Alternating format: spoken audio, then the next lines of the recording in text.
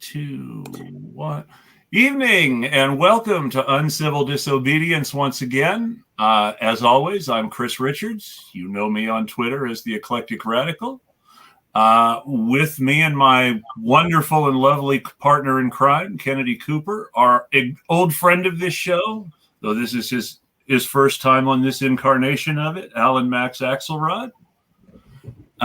And co-host of The Worst Week Yet, our illustrious fellow podcast, competing for the airwaves and looking to take them over, Maria. Hey, what's up? And how We're is not allowed to everyone? say your last name, so. Oh yeah, you guys are allowed to say my last name when it's introducing me. But if you say Guido after that and you're not Italian, then it's misused. Like, you know, got to see those papers before you say that shit. Can I just provide some pasta as a substitute, maybe? Yeah, fuck it. Okay. I think I did that when Andrew Cuomo resigned. I did give everybody permission to just be shitty to Italians for 24 hours, make fun of us, hey Andrew, how'd your day go yesterday? Oh, I posted about actually how much of a setback this was for the very fragile Italian acceptance movement. I really have to say you're letting down a lot of people in this country right now. I have to say this because it's important that people understand this. Lots of people forget this. People younger than me may not even know that it happened. But so people do not make jokes about the mafia and the Godfather because Chris and Andrew Cuomo are Italian. People make jokes about the Godfather and the mafia because there's an awfully good chance that as many wonderful qualities he had in other areas of his life and politics, that Mario Cuomo's dad was mobbed up.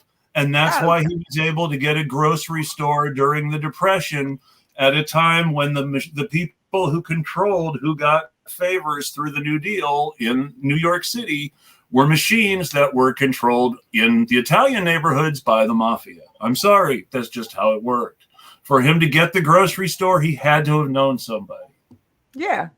I mean, that's what it was. I know that there's a lot of people that are oh, Italians were treated and, terrible and blah, blah, blah, blah. But it's true. I mean, when we came over during the second wave, we were treated like, major shit. And you did have to have some type of connect to have something like that.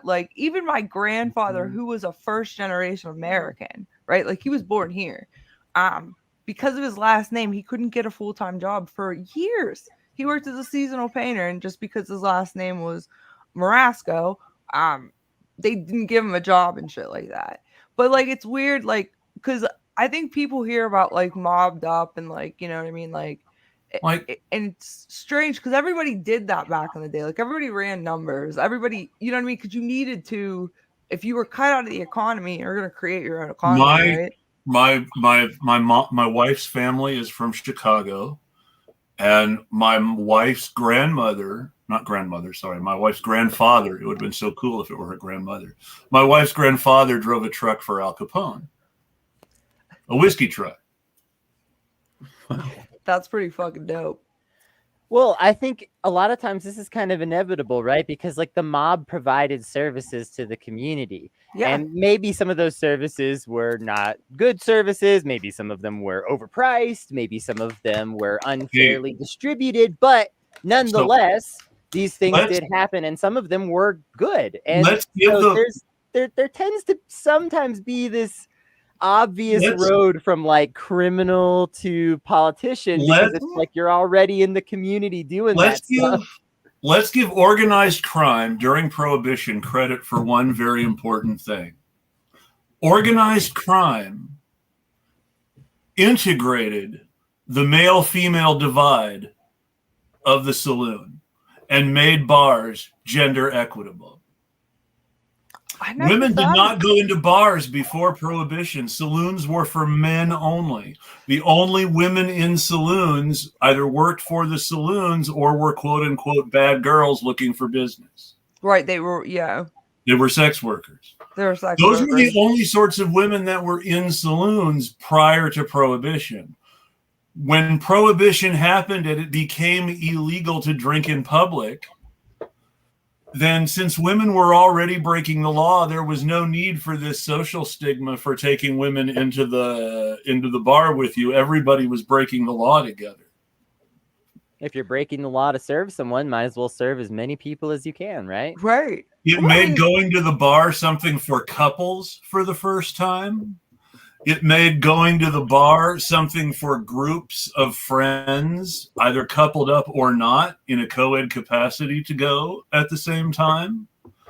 And it created the scene where people met each other at bars. All of this happened with Prohibition. It did not exist prior to Prohibition. The previous world of legal booze before Prohibition was for men only. I didn't know that. Did you? Oh, there's a really good series that HBO did. It was called Boardwalk Empire, where it's all about Prohibition. I thought it was a great series. There's a lot of people that really didn't care for it. I loved it. I mean, I thought that was... I love that time period. It's so interesting to me. Ken Burns is an annoying liberal, but his series on Prohibition is worth watching. Oh, yeah, it's really good. I'm obsessed with Ken Burns. Like, I know he's like a fucking lib or whatever, but like that Vietnam documentary. The Prohibition era was when women were first freed to be bad girls in public in a way that was socially acceptable in at least some way. And that's me, right? I mean, I'm like, that is fucking me, because like sit at the bar with a fucking Iron City or a Yingling. It was also the first weekly woman columnist was published in the New York Times. Her column was anonymous. It was called Lipstick. It was essentially about the nightclub scene, which meant the speakeasy scene, which meant she was talking about crimes. But because she was talking about people who were at speakeasies and not the owners of the speakeasies, no one was actually committing a crime because of this weird thing that made it illegal to make or sell, but not illegal to drink, even if you paid to drink. It was really weird. So you could say, I was at so-and-so, I was with so-and-so at the speakeasy, and so-and-so could be the governor. And it wasn't a scandal because you and the governor weren't actually breaking the law. The only people breaking the law were the people running the speakeasy. Were the people running the space. Yeah. Which is why customers were always let go after liquor raids. That sounds very similar to the whole discussion on pirating, when people are just like streaming things they shouldn't be. The people hosting it are the ones that are breaking the law. The people watching it are not. Yeah, it's true. But they've changed. They're perfectly willing to punish the people downloading and streaming now, even though they're technically not the ones breaking the law. Well, it isn't that too with like the and I should know this a lot more. The Rave Act, when Biden passed that, because it was like if you threw a party and there were drugs there, you were responsible for all of that. Yes, that was part of the crime bill. Yeah, it was part. Well, no. It was after the crime bill. Oh, that's right. The Rave Act was after the crime bill. The Rave Act was after the crime bill, because I was able to experience raves pre-Rave Act for a couple of years, which was very fun. But yeah, it's like America just doesn't want us to vibe. You know what I mean? Like they just don't want us to just be able to just chill. You know what else was born during Prohibition? You may not know this. Gay clubs. Yes, oh yeah, true. Dude, yeah. True. Like, the gay bar was born during Prohibition, because once again, if you're already breaking the law to serve people alcohol, well then you can break a few more laws. And of course, when I say break a few more laws, it was illegal to be gay back then, right? So but the burlesque, which was America's that all happened in that era. The burlesque, which was America's first strip club, though it came to life in the 50s, that became a thing in Prohibition. Yeah. there's a lot of stuff that really came into the culture because of organized crime, and it's sort of bizarre and yet so fitting in this capitalist country. So everybody should thank my people. That's right. You can trace roots from the Stonewall riots and the black trans women that were at the forefront of them all the way back to Prohibition and black trans women who led scenes then. It's wild. Like that was literally the birth of a culture for a lot of people that time period. And the fact that the mob was willing to allow it and supply to those gay clubs is not worth overlooking in terms of like the government was cracking down on queer people all the time. And the mob was saying, we'll serve you. We'll provide you some protection in some cases. We'll do the other services that we do for everyone else. Yeah. Not like, I mean, we're not praising John Gotti or anybody like that, but we are saying that like the mob did organized crime, did give you that, gave a lot of people opportunities that were shut out of the economy, that were shut out of regular life. In context, it's interesting to look at immigration and why and how the mafia came to be. The first wave of Italian immigration into the U.S. was right around the same time as the first big, exclusively, specifically German wave. And that was in the 1840s after failed revolutions in Europe. Right. Karl Marx and... Oh, sorry, go ahead. Before the Civil War is, I think, what you were going to say? Well, before Italy became a full state. Yes, before Italy. Those revolutions happened in some places that were not yet, that are part of Italy now, but were their own little tiny tin pot dictatorships or monarchies, as we called tin pot dictatorships back then. Right. Like, so like my family is from, like my father's family was from Gambriel, Italy, which is like Abruzzo, which is like middle southern it's Italy. And my mother's family was from Calabria, and both places were just a fucking complete mess. There was like major shit that was going down. Like there were, and even, cause like at one point, like we owned Libya, you know what I mean? Like there were different areas of fucking Italy that like we would pick up Libya, and then it's fucking nuts. Yeah. They were not a full state. So again, if you're treated like shit and you're kept out of an economy, you're going to create your own economy. You know what I mean? And that's what the mob did. It's the same as, drug dealing. Like it's the black market. If you kick us out of the economy, we're going to do something to be able to survive. In the case of the first wave of German revolutionaries, a lot of the revolutionaries actually came over, and some of the Yankee generals with German names in the Civil War had actually fought in these wacky revolutions against little tin pot German dictators in what eventually in the revolution that united Germany, but then couldn't keep the Kaiser from taking over.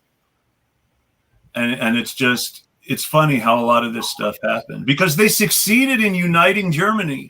Mm-hmm. They succeeded in throwing out all their little local leaders and creating a country, but they couldn't stop the Kaiser from just coming in and taking it all over.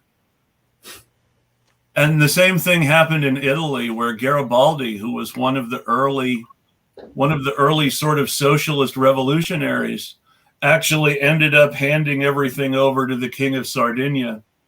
And one of the political cartoonists of the time shows Garibaldi putting a boot in the shape of the map of Italy on the king's foot. That's why Sardinia and Sicily is considered like the soccer balls of Italy. Well, like every time like I explain like where I'm from, where my family's from in Italy, like because people will be like, oh, Rome or Venice, that's where everybody really goes to visit. I'm like, I'm right at the boot. And people are like, what? I'm like, I'm right at the bottom. You know where it looks like it's kicking a ball? That's where my fucking mother's family's from. And historically, the Duke of Calabria was like the Prince of Wales of Sicily.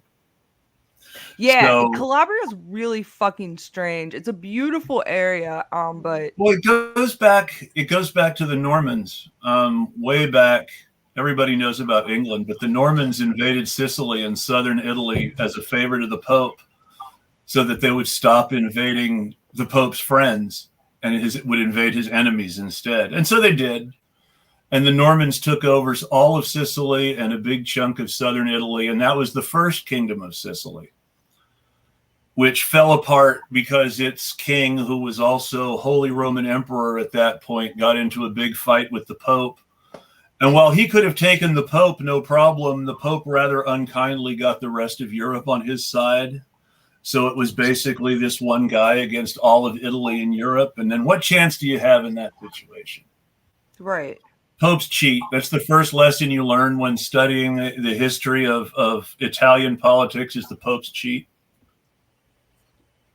Well, and, you know, Italy has a serious problem with embedded old rich families that have held power for hundreds and hundreds and hundreds and hundreds of years, unbroken, the same families, some of them. And so, you know, when it's like you have that, and then you have the incestuous nature of the hierarchy of the Catholic Church, it's just the same people all hanging out. Would you like to be terrified?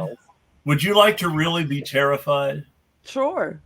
If the supposed family mythologies of a lot of the aristocratic families of Rome are true, then in theory, you have families whose power has been, whose wealth and power has been unbroken since slightly before the fall of the Roman Empire. Like, that's insanity.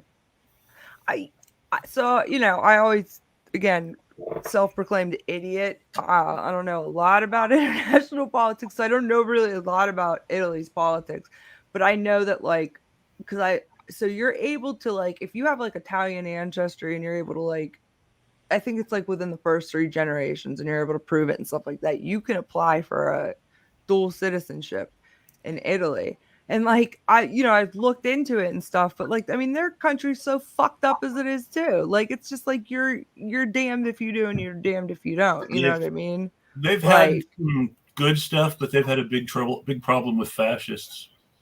And just to be that much creepier, their former prime minister, the guy who essentially inspired Trump to run for president, Sergio Berlusconi, is Mike Bloomberg's neighbor on Bermuda. What? Also, Sergio Berlusconi is infamous for some very Epstein-esque parties where underage women were present. I've heard that. So you've got the Epstein-esque connection with his parties to the same sort of thing that Trump was connected to. You've got the fact that he was a rich media guy who ran for office, which is what Trump sort of pretended. He was never as rich or as media as he pretended, but he pretended to be both. And Bloomberg is sort of the connection in that he's a New York guy like Trump, and he's Berlusconi's next door neighbor in Bermuda. And it's just funny how things fit together so weirdly like that. It goes back to that Carlin joke. It's one big club and we're not in it. Right, and we're not in it. Well, fuck them. Our party's better. Yeah. I think something that you have to remember about, especially like modern Italian politics, is that the fascists in Italy didn't get squashed as hard as Germany or Japan at the end of World War II. The German fascists were not all obviously punished. A lot of them were like picked up and brought to the Americas to work on rockets or things like that. The German fascists fell into 4 groups. Those 4 groups were the people who were really publicly punished to show that we were just hard on war criminals. The second, Rudolf Speer being the most infamous example, but there were some more small potato people who followed his example, who were made a public show of their repentance and how they had tried to speak up but it was too late. And all these all these self-serving, not really true confessions about how wrong they had been to support Hitler and how they had tried to support his assassins once they realized what was going on. But it was too late and they couldn't kill Hitler anymore. And all this self-serving bullshit. All the people who had tried to kill Hitler were dead at that point. And these people were trading dead people for their own credibility to try to get out of punishment. But because these people were dead, there was no one to say they were lying. Right. So that group of Nazis had these very public penances and repentances and Hitler denunciations and some minor slap on the wrist punishment, and then were allowed to re-enter polite society but never really go back into politics. But that back into politics, that's what I want to talk about, because in Germany, you were kind of forced out of politics if you had associations with that government. But your buddies... And we destroyed the country and then rebuilt it in this wonderful new techno-capitalist dystopian image. But Italy, there were fascists that never left government. We've missed the fourth group. Sorry. The third group was all the people the U.S. snuck out and brought back to the U.S. The Operation Paperclip people, the Klaus Barbie people. Even though they finally caught him in South America, he was there working for the CIA. All these people who we snuck out either indirectly by helping the rat lines or directly through Operation Paperclip. And then in the final group was people who we just made respectable and denied that they were ever Nazis, sometimes in the face of really ridiculous evidence to the contrary. The first person placed in command of West German intelligence was a guy who had worked for the Abwehr, which was the German military intelligence. And they swore he wasn't a Nazi. He wasn't a Nazi. He was one of the good Germans who opposed Hitler.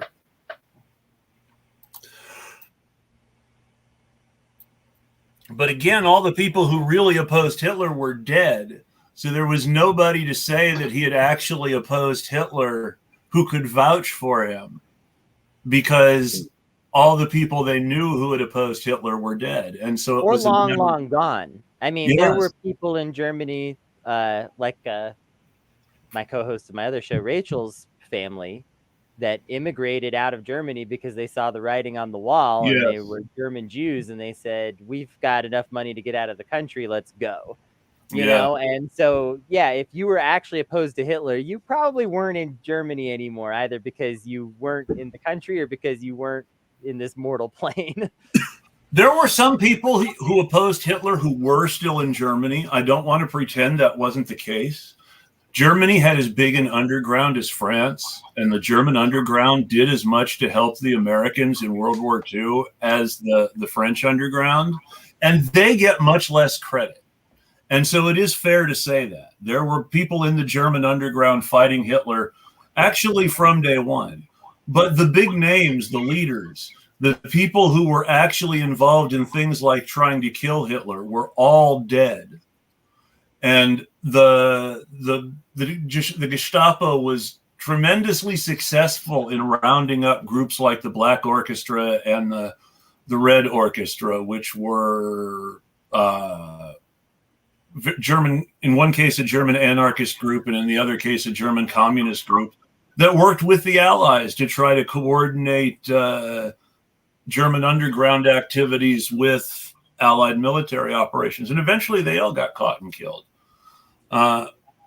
So there were people who had opposed Hitler, but those people were in the underground. A lot of them were dead. None of them were in any position of power in Germany at the time Hitler died.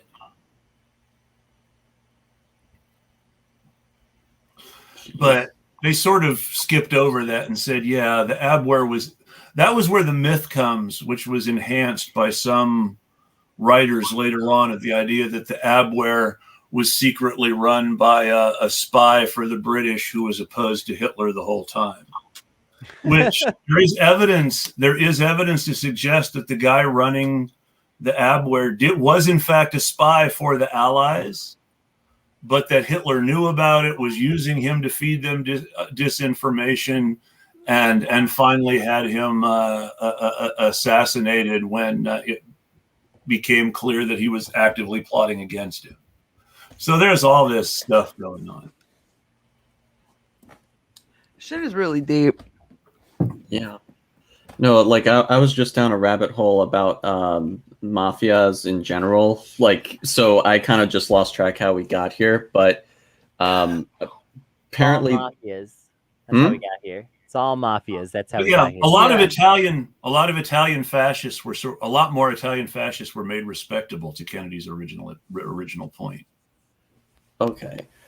Well, I guess a tie over to Labor Day from mafias would be the Department of Justice's report on the infiltration of unions by the mafia in the 80s, which is just like a wild read. Oh, yeah. Like that. The infiltration of unions by the mafia in the 80s. Reported in the 80s. So there's a whole page on the Department of Justice's website dedicated to this with like a report, and it's like it's super important to be. Go ahead.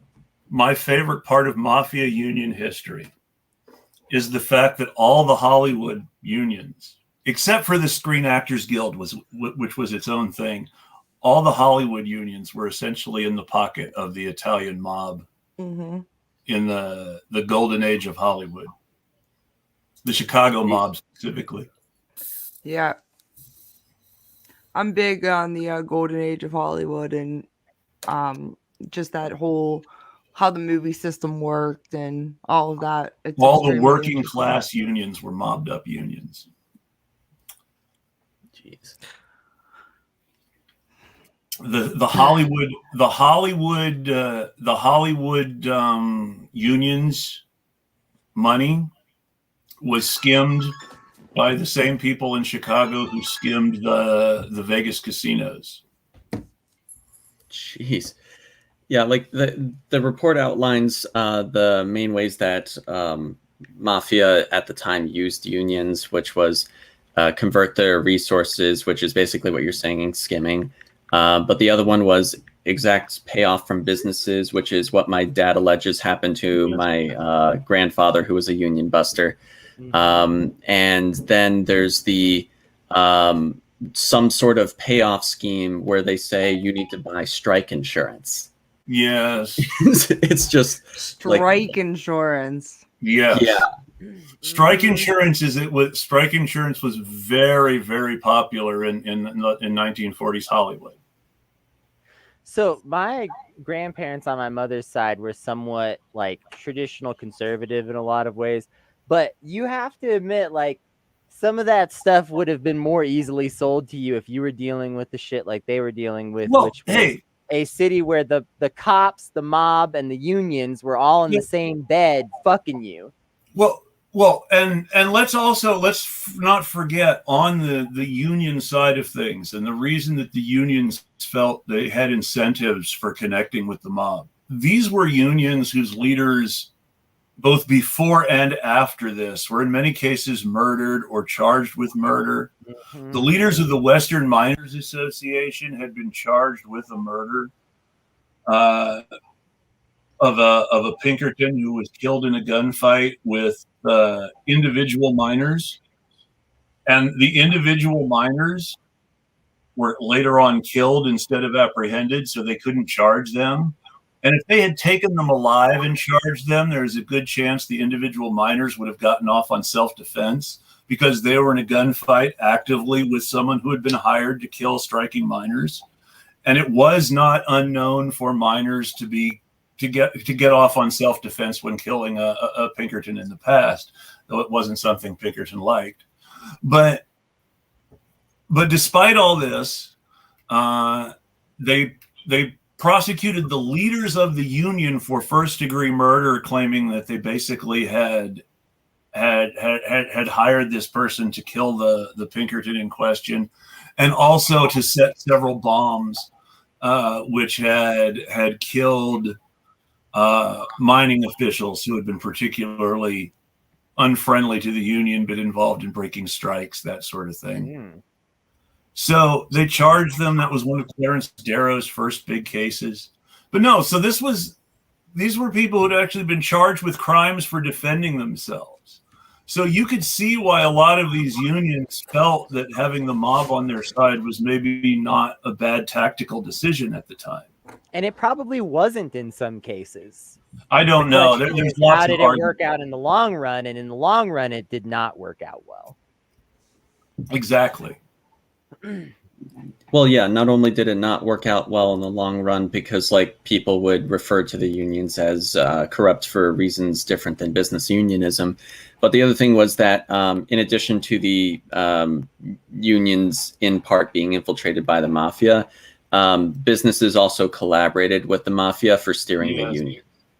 And so it's the 1985 report is just like a thing that I think that I'm going to be asking folks to study down here. I have always felt that all of these things were the direct result of chasing communists out of the unions during the Depression and the Cold War. But that's just me. I'm prone to agree, but I would need to read up more. I'm just learning from the three of you, because again, my head can only deal with so much. That's like a lot of information that I'm gonna look into. I sound like an idiot, but no, I mean it's insane. I mean, I've just always looked at it as like I've always looked at the mob as, the same as like organized crime in like poor neighborhoods. You keep somebody out of an economy, they're gonna create their own. And it's exactly how it started. I mean, people either got there were neighborhoods where people either got mobbed out or were shut out of the legitimate economy. There were also places where people could take part in the local economy, but the local economy was considered second class to the larger economy of the city in which they existed. Yeah. And the mafia was one way of moving into a larger economy. Also, go ahead, Kenny. You go ahead. The thing, what's funny about like the mob and stuff is that, like growing up, I'd heard about it because just people would, say things, just because I was Italian or whatever. And I remember like asking my dad one time if we were actually like in the mob because he worked for a grocery store and we went into this Italian like deli spot and this butcher spot and we got like all these things from this guy, and the guy had like salads in the back for us and everything, and like ended up giving my dad like all this food for like our Christmas Eve celebration for free. And I'm like, Dad, like, are you in the mob? And he was like, Maria, no. Like, he's like, that's just what Italians do. And like, if an Italian gives you something for free, you don't say anything about it. Like, you don't say anything about it. So I don't know what that dude was up to, but like, I didn't really know, like, running numbers and things like that, like to me that was like just whatever, you know what I mean? Like that's what people did, like it's what you did to survive. I mean my parents were never into that. I don't know if my grandparents were, but like my cousins, my aunts, all that shit, but that it wasn't anything, you know what I mean? Like that's how you fucking survived. Well, and I think it's worth noting that we take for granted a lot of modern infrastructure, like ideas about modern infrastructure and the convenience of it, but like when we're going back to like the early eras of like not just the Italian but also like the Russian mafia and some of these other like old mafias, we're talking about a time when infrastructure was not available in places, and sometimes you literally had to ask organized crime to come plumb your building or whatever. Well, and that was the only person who was going to do it. That's useful to the people there, but then also that can create a lot of power for the people doing it. In an era before air conditioning, before any sort of electric central air conditioning at all, where most air conditioning consisted of fans blowing ice through a duct, the business that shipped ice all around the big apartment blocks in New York was owned by a an investment cartel that was controlled by one of the biggest mobsters of the time. Now, this is way back in the 20s. This is before the National Crime Syndicate or the Five families. or some of the famous gangsters we know. But it's the people whose fight gave us the five families later. And this guy controlled the ice truck business in a New York City that was built up the way it is now, but didn't have central air conditioning. Think about that. Think of the power that gives somebody. Mm-hmm. Naturally, this gangster was murdered in the gang war that created the five families, because that was too much power for anybody else to let someone else have without killing him and taking it over. That's why I always thought it was interesting. Like, people, everybody, of course, like on the left loves The Sopranos, right? And, people talk about like whether or not Tony Soprano was like a sociopath or all this stuff. And I think that. Or a queer icon. Queer icon, right? I mean, I think so. But like, it's really, I think, just a man that, listen, I know people that have been put in that position, not as a mob boss, but as somebody who like has, been in, running like, a drug business or whatever. And those like, being in that lifestyle and then having all of these people that are working for you depend on you. And when that, you know what I mean? And when that falls, what happens? And what does that do to somebody's psyche even before? And it doesn't have to even be necessarily an illegal business. Look at all the awful shit that legal businesses have to do to people to get by in this very violent economy we live in. Yeah. Right. Sure. That's, because a lot of people, there's a big argument about like general strike and yada, yada, yada. And, I look at like the industry I work in as a social worker. I work in mental health. And there are, these places with such high turnover rates. They don't pay people. They don't pay us enough. And it's like people just can't, like, what do you do? Like, can you just walk off that job? Right. And what does it do to you to have to stay there? And the emotion and like the pain that you have to deal with. Like, it's weird. Like this past Labor Day has been kind of like depressing for me in a way, because my work anniversary, and I love the agency I work for, absolutely adore them. I've worked with them for 6 years. My anniversary is coming up. And I literally thought about like how much shit I've put myself through as a social worker in the past 11 years. And of like, at what cost, right? Like at what cost to my head? And but again, this all goes back to this bigger issue of like capitalism. You know what I mean? Like I was talking to somebody and I was like so fucking frustrated. I was like, I just feel like I'm sitting in what I call hot potato meetings, where it's just hot potato, pass it on, pass it on, pass it on. No. Who's going to take care of this? Where are we going to get the money? Well, you do it and you do it and you do it. And it fucking drives you insane. If I were a cynical bastard, that's me. That is you. Yeah, it is me. If I were a cynical bastard, I would suggest that this is the fate of a discipline invented by the most famous quote unquote inventor of socialism in the canon under capitalism, to be treated like shit and ignored and underfunded, because Karl Marx was the first social scientist, and people need to understand that. A lot of people forget that. In the 1950s, even anti-communists were writing crap for UCLA, admitting that Karl Marx invented social science.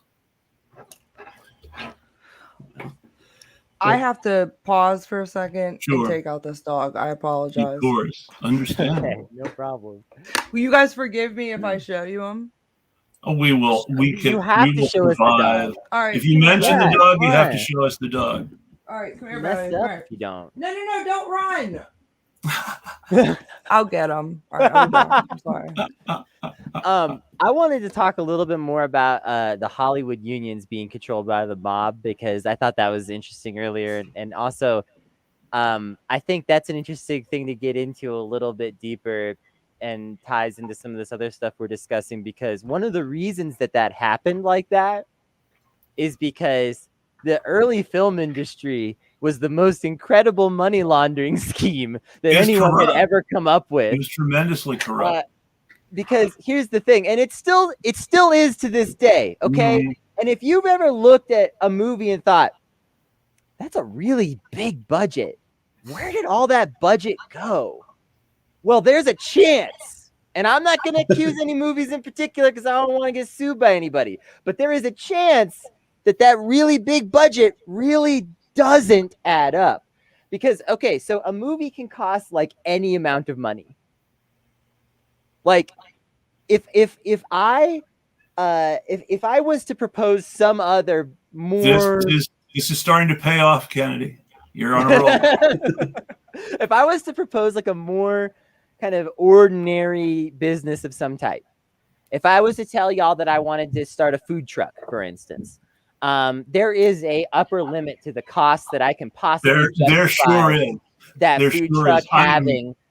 I am never going to give you more than, say, $50-60 million tops for a food truck. Like, you cannot push it past a certain limit. You really cannot. Okay. Welcome, Eddie. So if you're starting a food truck, you don't have a food truck that costs $1 billion.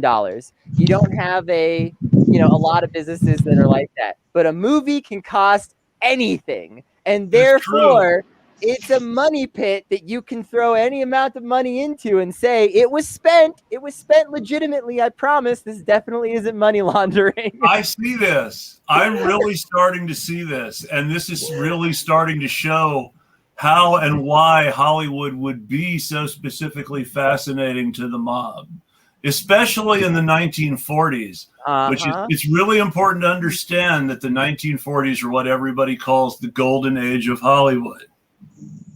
But realistically, you look back and the 40s and 50s have a plethora of just bizarre, unwatchable films that you cannot understand why anyone would make. Well, there's a reason why all there of these there are several reasons. And it was to hide money. So you have to understand the old studio business model, because the movie business has changed. It changed because of stuff that happened in the late 50s and early 60s that broke up the studio model. But the way it worked is the movie studio owned the first run distribution, which meant all the theaters that initially got the movie were owned by the studio. So there was a whole chain of movie theaters that were owned by United Artists or Warner Brothers or Columbia or Disney or whomever.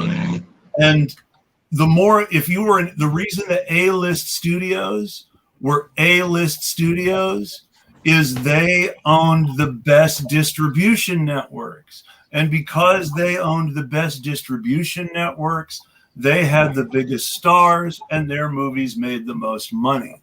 And so these B-movie studios all made their own stuff, which had other movie studios make second features, which had this very competitive model where movie theaters ran movies just to sell tickets, just to stay open, because there was so much content. They used to run what they called the matinee. The matinee was a cartoon, a serial, and what they called a second feature, which was a movie, but 90 minutes usually, sometimes anywhere from an hour to 90 minutes. There was a quote unquote B-reeler, something that wouldn't be the main feature at night, but would be the second feature on the main show, because that had its own thing. But that was the matinee. It was a cartoon, a newsreel, a serial, and a second feature. The nighttime show, the big one, was a cartoon, a second feature, a newsreel, and a main feature, an A picture. And there was competition between the little studios like Republic and the big mainstream studios for those second features. like MGM and Warner Brothers. But little studios could not compete with the big studios for the A pictures because they didn't own enough theaters to get enough people in the seats. So they wouldn't get those movies until their second or third theatrical release. And then that's the second thing that you have to remember, is that movies were a lot like Broadway shows. If there was no television then, there was no cable then. The only way anybody made money off of movies was if people kept showing the movies. So as long as people were willing to pay to see a movie, they kept running it. So there would be shows of the last year's movies and the movies from the year before last when there weren't new movies yet. Yeah, the movie system is also extremely interesting from back in that time. Like I'm a huge like Betty Davis fan, and I mean because they would contract their stars, and you had to make pictures. You had to make so many pictures a year for your studio. And there were Betty Davis, who was a huge actor. I mean, she was a star.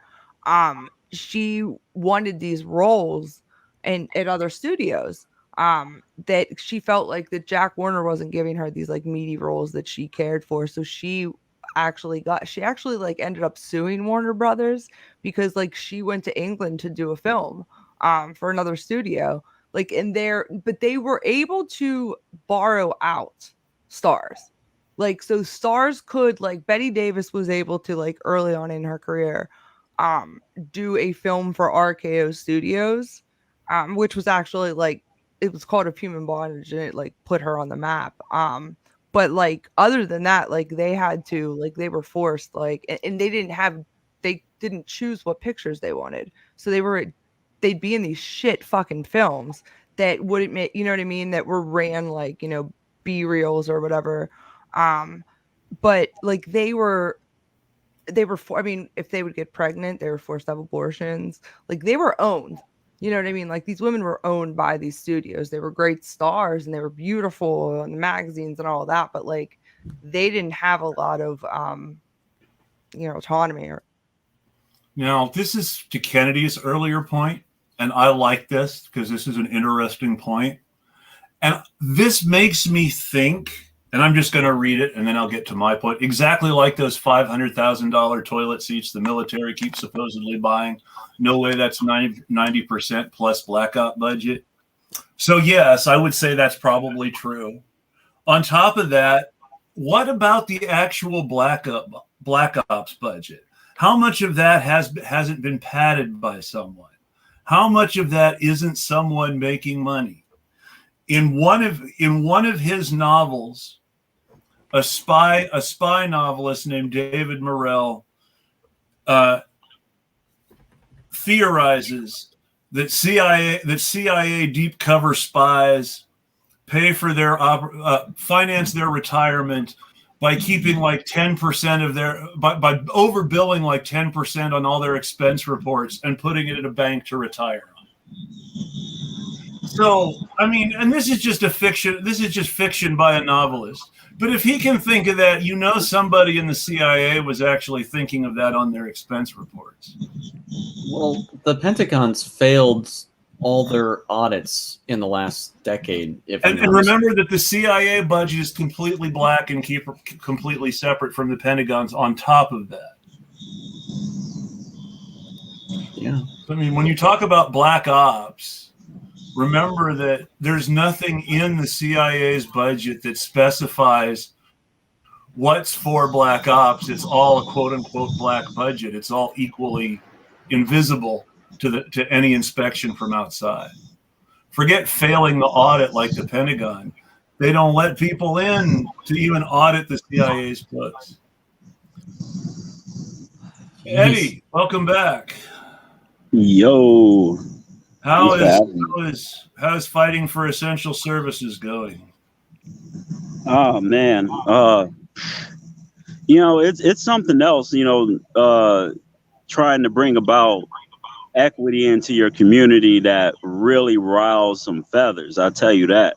It's been something else. So like if you don't know, I'm the campaign lead for a campaign called #Match the Meal. What this is involved around is a worker program explicitly made for Black and brown people to participate and gain skills for free, no tuition, no fees whatsoever, to get a quick turnaround, 6 months or less, in high demand job areas that have longevity attached to them, like truck driving, healthcare, IT. These things that we know aren't going anywhere in the next 30 years. The same things that historically people that look like me have been locked out of. And so this, in a way, you can call it like a soft play for reparations by highlighting self-determination. You can call it that. And that's what this country should have been founded on instead of what it's founded on. So this program has been operating here in Champaign-Urbana for about a year. It got out of its pilot, and the reason why this push exists is because in that year, only 52 people went through this program here, which don't really sound like much when you just hear the number, except that our program is part of a statewide conglomerate that involves 16 other community colleges, where all of those 16 other community colleges have had 200 plus enrollees. Why not us? And so the demands for the push is to match the contributing funding that brought the SWIFT program, is what they call it, an acronym that stands for Short Workforce Training. But so this program and how it can affect Black folks in this area. We're talking about the things that lead to one neighborhood social economic base improving. These are the things that ultimately have the biggest sway on our municipal, state, and federal governments as far as what they do and where they do it and how fast they react. If you want living proof of that, you seen what happened to Houston. You saw what happened to New Orleans. What percentage of that city is Black? What happened to Flint? What percentage of that city is Black? What happened to Detroit? What percentage of that city is Black? What happened to Baltimore? What percentage of that city is Black? Anyway, so this has the potential to do things like increase commerce, turn renters into homeowners, do all of these things that would influence our governments to take care of those areas, infrastructural improvements, drainage, and all of these different things. These also would make the police deal with these neighborhoods different. And if you've ever sat in a local city council meeting, when you go in there, who's sitting in there? It's not the richest people in that area. It's always the poorest. Why? Because the people in those areas, their social economic base speaks for them. They literally don't have to show up.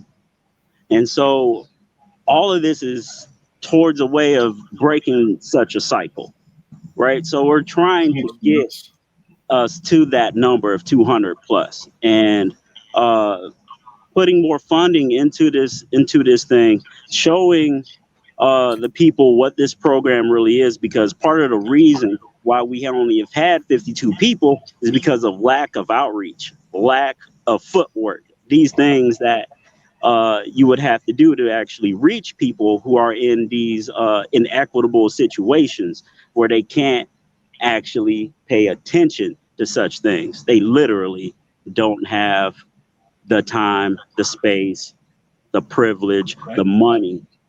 Yeah, you can't just post something on Facebook or something like that and expect it to get to all the poor people. There's always this expectation that, if something goes viral on Twitter or something like that, everybody sees it. No, poor people, working class people in the shit, don't see it.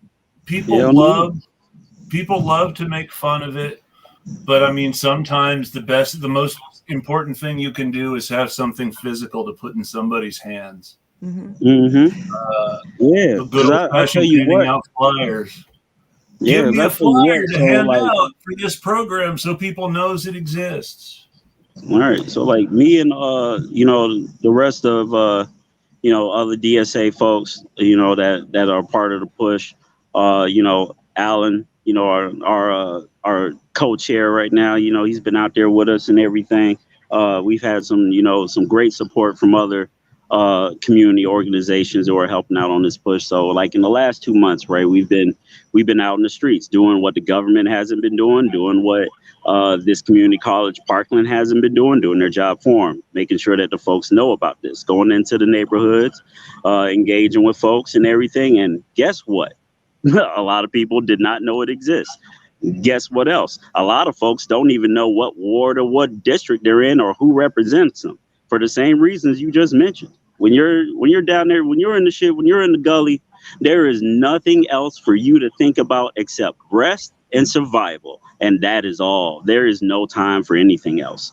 And I find it particularly disgusting that our elected officials and everyone else likes to literally use this against the own self-interest of the people. Like, for instance, right, not too long ago, our city held this kind of like weird Monopoly play money event about our ARP funds, right? And so it is really weird. So they literally made play money and was like, here's the $25 million represented in ones, and put it where you would put it, and we will gauge your feedback. What? Not only did they said they had a good turnout. They saw less than 150 people. But anyway, so I'm there, and I didn't even really engage with the event because I'm like, this is bullshit. And this is bullshit. No, what? That, because it's a cop out, right? Because they're setting people up, they're gaslighting people to make them to believe, hey, this is all that we can do with this. But you'll turn around and see in these council meetings, you will see them literally, they will weave around all of these ordinances and go through all these funds to get whatever they want funded. So you can tell me that we can't fund equity for the people? Does anybody ever ask if we really need to pay for Bill Gates to look into writing a new school proposal for any given state in this country?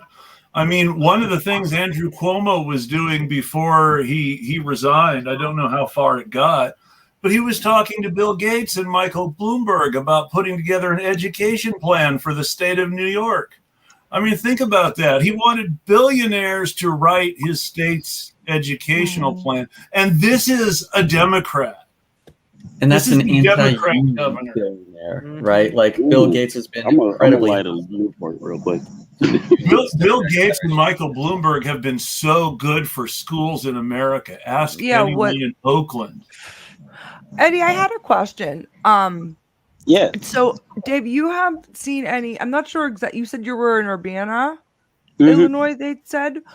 Yep. Is there has like the DSA been able to reach out to like returning citizens, like citizens that are coming home from like prisons and institutions, for these programs? Because I think it sounds like really something that would be really great for especially like, so I work with juvenile lifers, so when they've been being released, and it sounds like a really good opportunity for like a returning citizen to get education. Have you guys been able to reach out or like do any of that? Or well, there's a lot of moving parts, and things are far more complicated than I thought they would be involving a push like this, Yeah.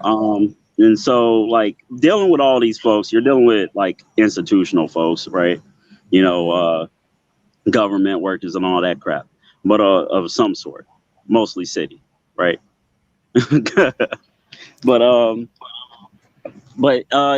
when I think about the SWIFT program, I see it as something that has multiple applications, right? And that's one of them. Another thing, it could work in the same type of space as, say, like Job Corps used to, if you are familiar with that. So it can work as an alternative for high schoolers who don't see themselves going to college, right? So, you can use it for both that, and you can also use it, for, other regular folks who are just, needing a way forward, to do, the basic things that we all do, like, raise our kids and do all these things, because there's plenty of people out here, basically just getting pinballed, basically, in these, right to work states, right to work. What? Right to get fired for no reason at all. But, like, it's legal to get fired for working while black under that. But, being forced to work for pennies. Yeah, the right to work for less. But some additional context for to the question that you asked, Maria, like, we've definitely been talking to groups about, like, the Child Advocacy Center that we have here. First Followers has spoken up in support of the Match the Mill push at public comment in the city of Urbana and stuff like that. But what we're trying to do with, the campaign that Eddie's leading is actually getting community petition signatures to turn in to show a significant portion, if not the outright majority, of community feedback regarding the American Rescue Plan funds that the city of Champaign will be deciding on how to use, so that they actually do put their money towards the program. So, like, it's kind of one of these things where, like, there's definitely a role there, but it's also, we can't go up to sensitive youth and say, like, sign this thing. We definitely have gotten folks who are on the younger end who did not see themselves going to college, whose first response to the canvassing pitch was, we're never going to see any of that money until we spell out, you don't need a high school degree, you don't need a GED, you don't need literacy, and you can still participate in this program. Then they would sign. But it's more of concentrating in the historically disenfranchised, redlined communities in our in Champaign-Urbana. And that's what the focus has been. So yeah, they're a part of the equation, absolutely. But it's also a matter of numbers to show the city of Champaign that we've beat the streets more than they've just posted on the internet to solicit feedback.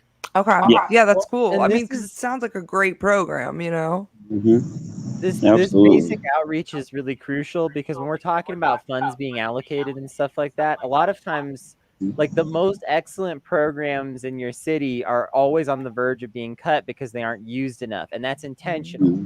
There is always an effort to make sure that if there's a great program that's actually helping people where you are, that program does not get the outreach and, like, sort of advertising that it properly needs, because that way people don't use it, and then they can go, look, we allocated all this money to this program, no one used it. Clearly it's not working, or it's not needed, or it's this, or it's that. Tie in with that. Do you know how ridiculously little states have been giving out for rental assistance under the American Rescue Plan? Disgust. Absolutely. Tiny amounts of money. When Texas is one of the best states for handing out welfare, you done goofed. Yeah, and many of these states still haven't handed out very much money. Here in Oregon, I give this as an example because my wife filled out the paperwork to try to get rental help for us, so I know what they're doing.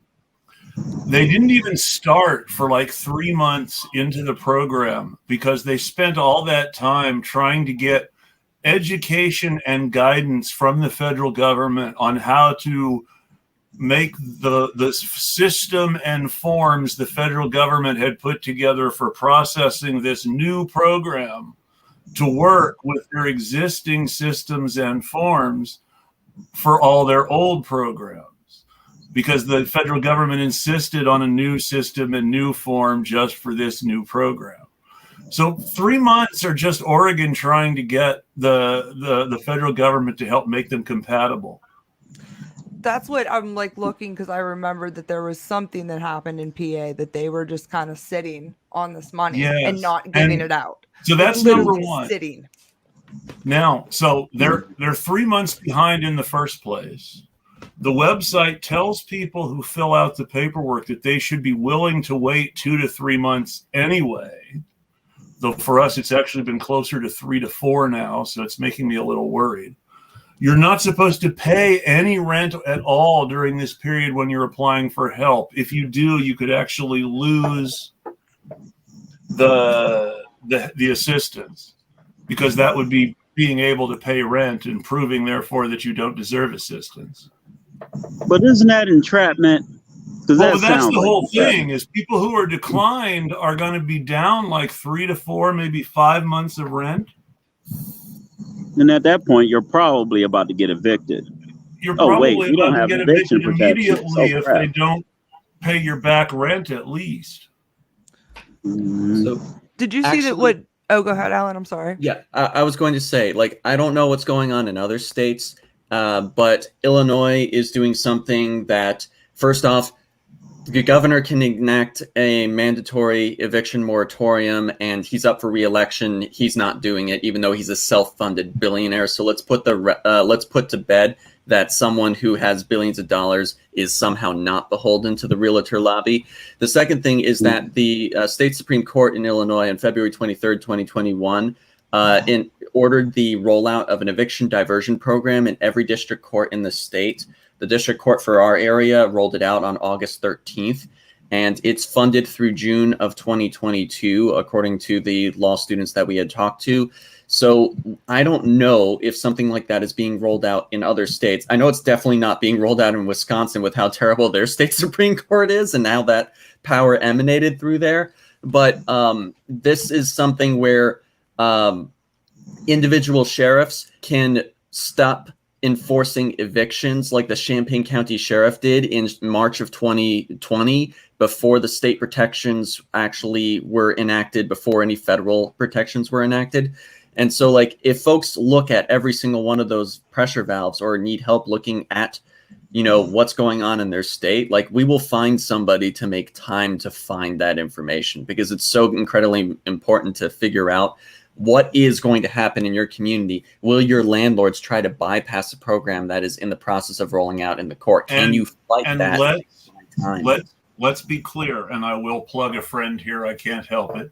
But my friend Donna Imam, who is running for Congress in Texas, had a tweet earlier today pointing out, very importantly, somebody else's tweet pointing out that landlords are actually refusing federal money. Landlords are refusing to do their side of the paperwork to return to the federal government so their tenants can get help paying their rent, because those landlords would rather see those units churn and raise the rent. Mm-hmm. Yep. And actually, for a reason related to that as well, comrade up in Chicago named David Zoltan has been fighting for, and they're on the verge of passing something called just cause eviction. So basically what you're talking about is through landlord negligence causing an unnecessary eviction.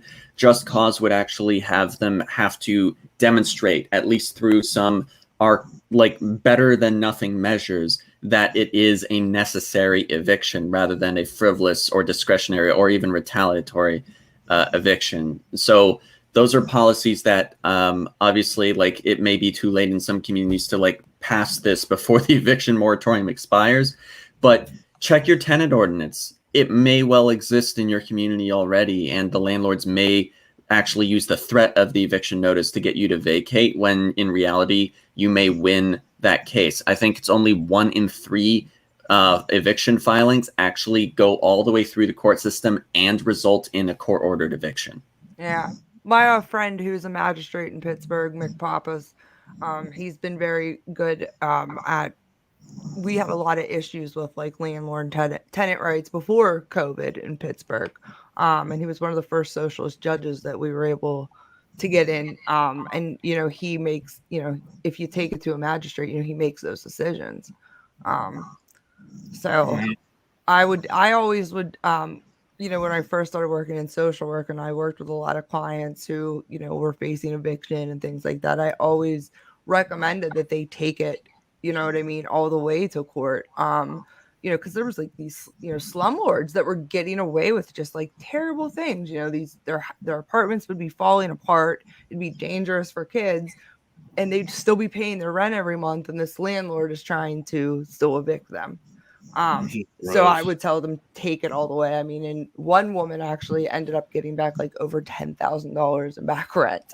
There have been situations, it's been a while, but there were cases in the 80s for a little while where tenants unions were ending up winning their buildings in court because of the crap that the slumlords were doing in places in Los Angeles. Yeah. I don't know what happened to that. I know that they probably got forced out by the big landlords. Well, This is worth calling attention to. I saw it in the chat. Landlords here are selling off old rented homes by the droves to the ? So I know from news reports in the Wall Street Journal that one of the corporations involved in ? is BlackRock, on everybody's favorite vulture capitalists. BlackRock is paying cash.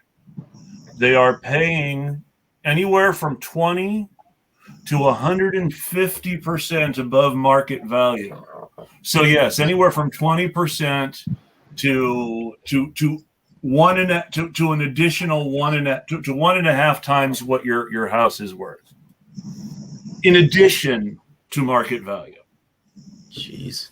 So that's all over market value stuff. It's amazing. And so what you're seeing is corporations are going to basically become the new landlords, and you're going to have a lot of these houses that used to be owned by people who went to work that are now owned by the people that they go to work for and rented to them by their boss. I'm betting. I may be wrong, but I see that coming. There was some annoying capitalist type who made this sort of silly tweet about bringing back company towns. But, when annoying capitalist types say stuff like that, it's usually because some other annoying capitalist type is seriously thinking about it too. And it's really easy to tie bringing back company towns into BlackRock buying up so many houses. Well, and let's also acknowledge company towns already exist. They're called university towns, and they do incredibly exploitative things to their workers. They trap students into part-time work when they are totally entitled to full-time work just through a BS policy that they have. They don't pay their graduate employees or their staff enough at all. They have a very flawed tenure system that they've been forcing more people out of tenure, and they've been trying to break their unions. I forget, I think it was like Iowa or something. There was a teachers union or a professors union that was on strike for almost a month in the winter just to get a fair contract. So it's like, these are company towns. They have subsidized housing also, where they can pay you less to live there. I mean, Pittsburgh is now eds and meds. Pittsburgh was full of mill towns. Remember that, right? And then when the mills died, and we had to reform, and it's now eds and meds.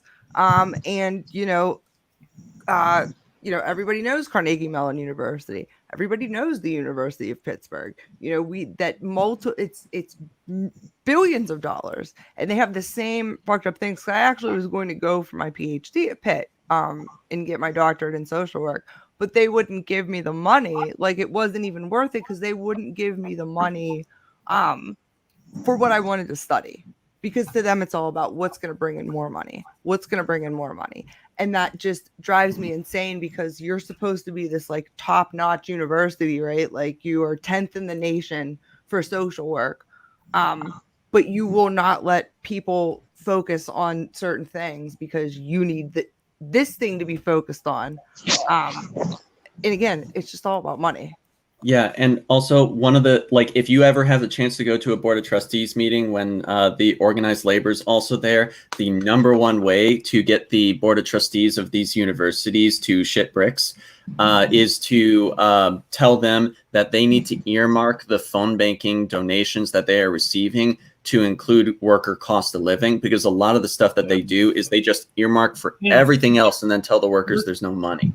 And yeah, go ahead. Think about it. Let's think about it. What happens when all your social workers and journalists, I'm trying to think of another good field. Those are the two big ones. And teachers. Those are the three important ones. What happens when all your social workers, journalists, and teachers are people who can't afford to make a living doing that, and so they have to be rich people? Yeah. What happens when everybody in those professions is suddenly a slumming rich person trying to uplift and better the poor's, instead of working class people making a living teaching or doing social work or whatever? Do you know how much debt I'm in? Journalism has already been taken over by rich people to a frightening degree. There is whenever we have my wonderful friend Brooke Binkowski on, she is very happy to talk about how little the media pays and how many people in media are rich people who can afford to be in media because of their trust funds, and who could not be professional journalists if it were not for their trust funds, because the jobs they do pay so little. Do you want to know how much, because I really don't have a problem talking about this, because I think that more people need to talk about this. So I have a master's in social work, right? Yep. That was my choice. I wanted to go for social work, right? Yes. I am $175,000 in debt. Yes. And I make, at my one job, $41,000 a year. I've been doing this for 11 years. And look, that's, it's a healthy, like it's I can survive, right? Silly question. Is that the principal, or does that include interest too? That also, I don't even think that includes interest, honestly. Because here's why I'm asking, because you said you're an MSW. Monica, Black Bernie babe, is a lawyer. Yes, I know Monica. She has, her total actual student debt is something close to what you're quoting, but when you count in interest, it's like over $400,000, and she said she doesn't think she's ever going to pay it. I won't ever. There's absolutely no way I can ever pay mine. I mean, I do side work, like on the side, like in the courts, just to like have my, you know what I mean, like give me more of an income. And so how many people? How many working class people who really, really care enough exist to do those jobs? Now, we know there are people willing to die to be good teachers, because people are dying to be good teachers right now. Mm-hmm. People are literally killing themselves teaching kids. It's depressing. We're losing it in the social work world too. And yes, and social work. There are nurses who, because of COVID, have quit their job as ICU nurses and are never going to work in the medical profession again, or never going to work in anything in any sort of intensive care or emergency room situation again. And you think about the loss to the profession that is. I wish I found out it was a lie. I wish cops were really quitting at the rate nurses actually are quitting. I would feel so much happier. Yeah. It's just, and that's the reality now. And it sucks. Like, it sucks. I think it's like, I'm trying to come to terms with it myself, of just, it was fucked up before COVID, right? Like I was, and look, I knew what I was walking into. Okay, I'm working with kids with trauma. You're walking into some just wild shit. But I think that just this thing with COVID and the pandemic has really, I don't know what it's beaten us down. It's beaten the people that are working in the, social sectors or whatever down. Because the thing is too, is that You know, like when people talk about like defunding the police and stuff, and I'm about abolishing the police. And, you know, like while I do think that a lot of money should go to social work, I also think that like the social work system in itself needs to be taken down and built back up. I think that there's major problems in the social work field. We need a social work system. And it's funny, my dad complained about this despite being conservative. We need a social work system that's designed towards actually helping people and getting services to people instead of one that's designed to filter people out. Right. My dad was a conservative, but despite being a conservative, his biggest complaint about the welfare system was not that it existed or that it spent too much money, was that it spent too much money keeping people out. Yeah. All that bureaucratic paperwork designed not to get people help.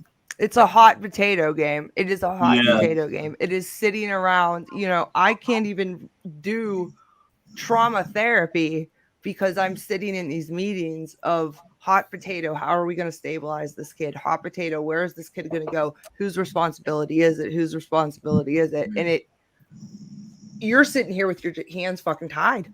There's nothing that you can do besides go on fucking Twitter and bullshit, because there's nothing that you can do. And I'm sorry, I'm like coming out like all passionate with this, but it hurts. It's important. My dad worked for San Bernardino County in California for just short of 20 years. He worked 16 years, which because he worked for them 16 years and because they had a program where if you worked 1 year longer than 15 years and you started the year that within a 5-year period that included the year he started, you could still take the 15-year retirement from the grandfathered union contract with the old public service union and anytime after that you had to take the full 20 years. So there was a 15-year retirement program that turned 20 years. But people who were hired when my dad was could retire after 16 or any time between 16 and 20. And so my dad retired at 16 because he couldn't take it anymore and put it into trying to finish his BA with the intent of getting his MSW. And because of a program at one of the schools here for people who were trying to continue their education past 40, he was able to get his bachelor's degree in sociology, easy peasy, no problem. But all the places that would have taken him for an MSW program were either expensive private schools or hoity-toity state schools that might as well be private schools because of their reputations. Pet. Yeah. Yeah. I think we really got to talk about the fact that the modern university system has basically turned this entire country into a company town. Like that's the point of this student debt, is to make you beholden. And it's not a coincidence, because the universities have become owned increasingly by people who also have ownership in traditional corporations. And so they are funneling everybody into the workforce saddled with all this debt, knowing that they are doing themselves a favor. People with really good grades who meet the right people at the right elite schools are funneled into really good jobs. Can I say something that might be a little uncouth? Of course. Yeah, of course. Listen, I love uncouth. I want to take the time to put all the blame of all this shittiness in this country on all of the overt racists, the closet racists, the indifferent people. Because if everybody was fighting for equity and justice and equality like we should have, capitalism wouldn't have been able to expand to such a degree to where now we have multiple points of slavery for so many people, including what you're going through with these loans. That's just another way of funneling you into indentured lifetime servitude. Keeps you away from having your own personal sovereignty. It keeps you away from happiness. It keeps you away from your family. It keeps your ability to survive always on the fringe. So you're always at their whim and everything. So it again, if these folks, if we all were on the same page and fought this shit, we all would be free. But here we are. In the old days in Germany, the factories made people work, 10, 12, 14, sometimes 16-hour shifts as a regular thing. And to keep them working, they gave people a ration of schnapps on the job. And so everybody worked their 8 hours. If you worked if you worked 2 more hours, a 10-hour day, you had so much of a ration of schnapps for that period.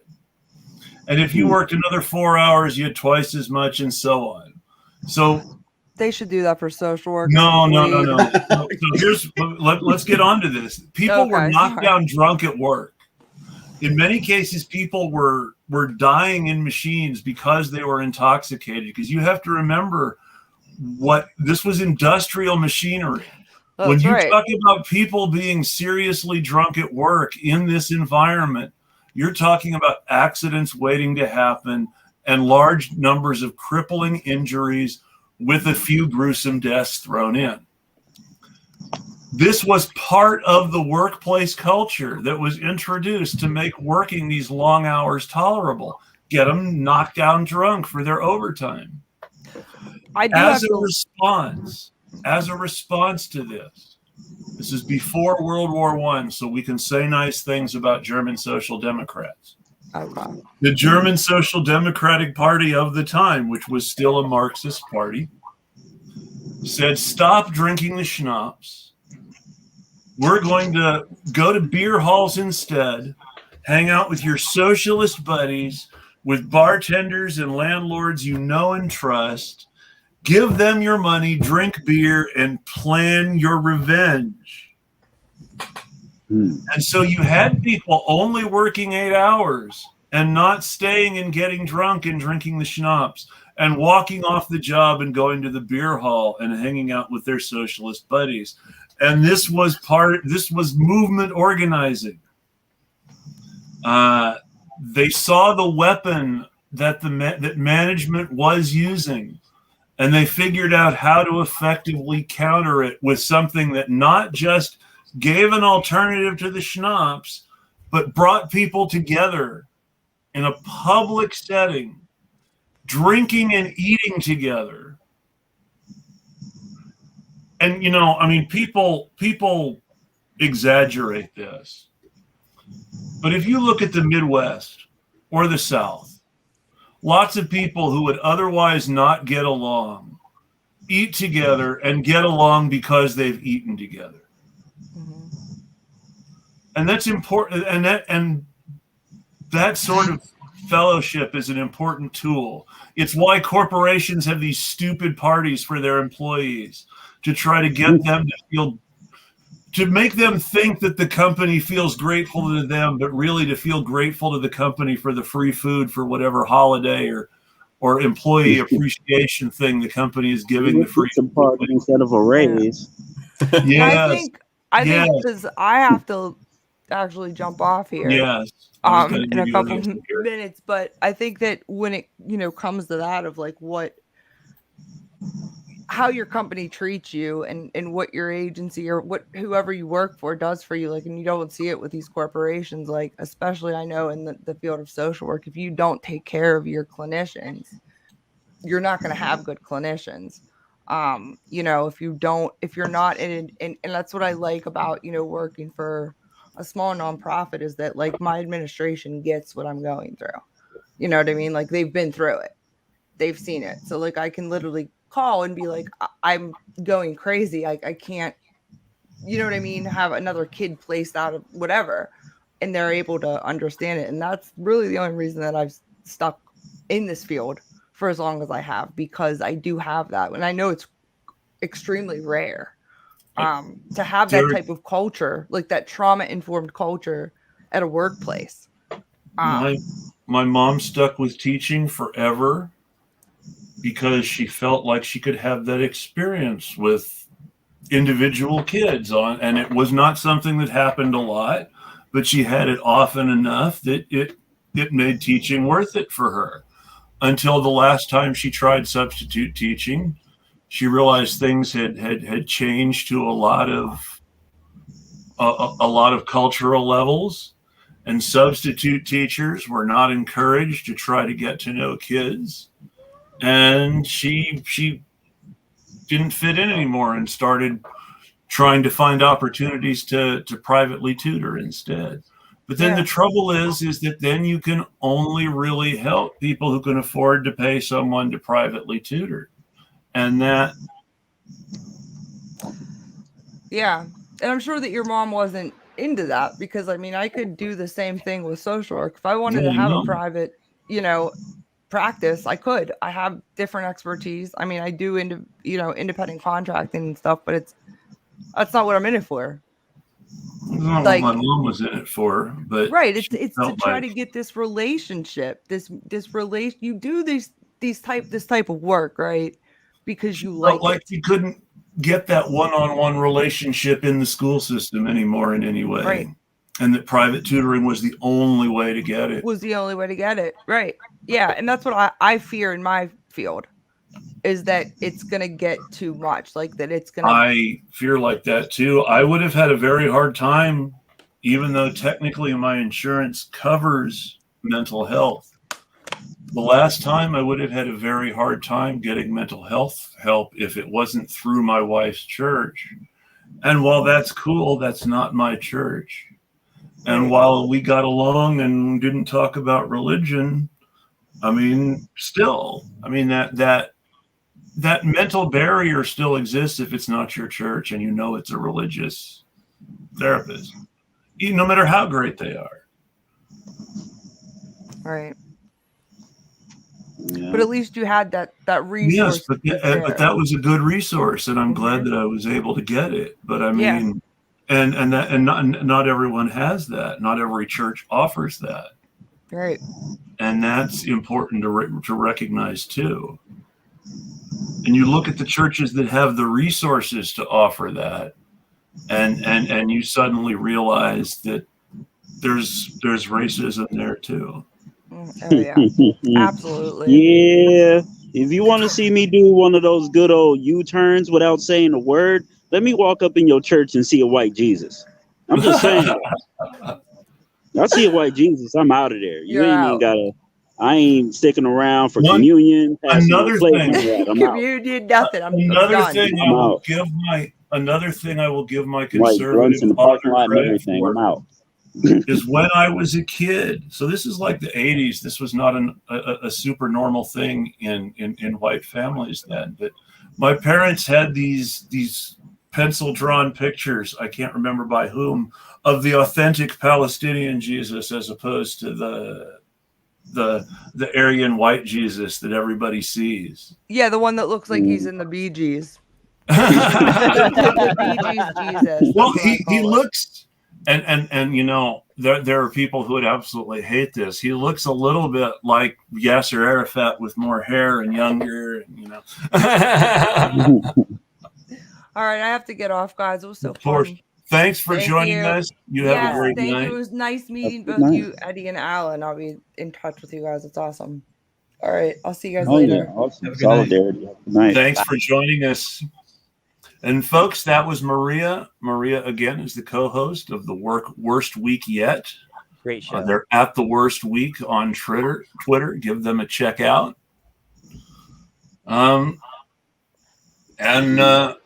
I want to thank everybody who's still hanging on with us. I figure I could probably do another half hour or so for folks. We still need to talk about some more essential services. What's our current update on water and gas and electric in the great state of Illinois? Well, last time we had checked in, we had won over $115 million in automatically dispersed funds to 121,000 households to pay off their utility bills in Illinois. Automatically dispersed to households sounds good. It's good. It's means tested, unfortunately, but that is unfortunate. they But didn't still, have to fill out any paperwork at least. automatically dispersed is a lot better than sits in the state for 3 months, and very few people have received it yet. Yep, and they could do the same thing with housing if they really wanted to. All they have to do is pull some court records from various agencies, or they have to just pull some public records to demonstrate that these houses meet whatever these households meet whatever means tested criteria they're going to use, and they could automatically disperse these funds, because what they did for the funds in the utility disconnection avoidance program was they just looked if you received a utility subsidy in the last 3 years and were behind on your bills. You met those criteria, congratulations, you got up to $5,000 to wipe away your debt. That makes sense. And I hate to make it sound like I approve too much of means testing, but if you're going to actually means test, that makes sense. That's an easy way of doing it, and that's a fairly good way of making sure that you help people who actually need help.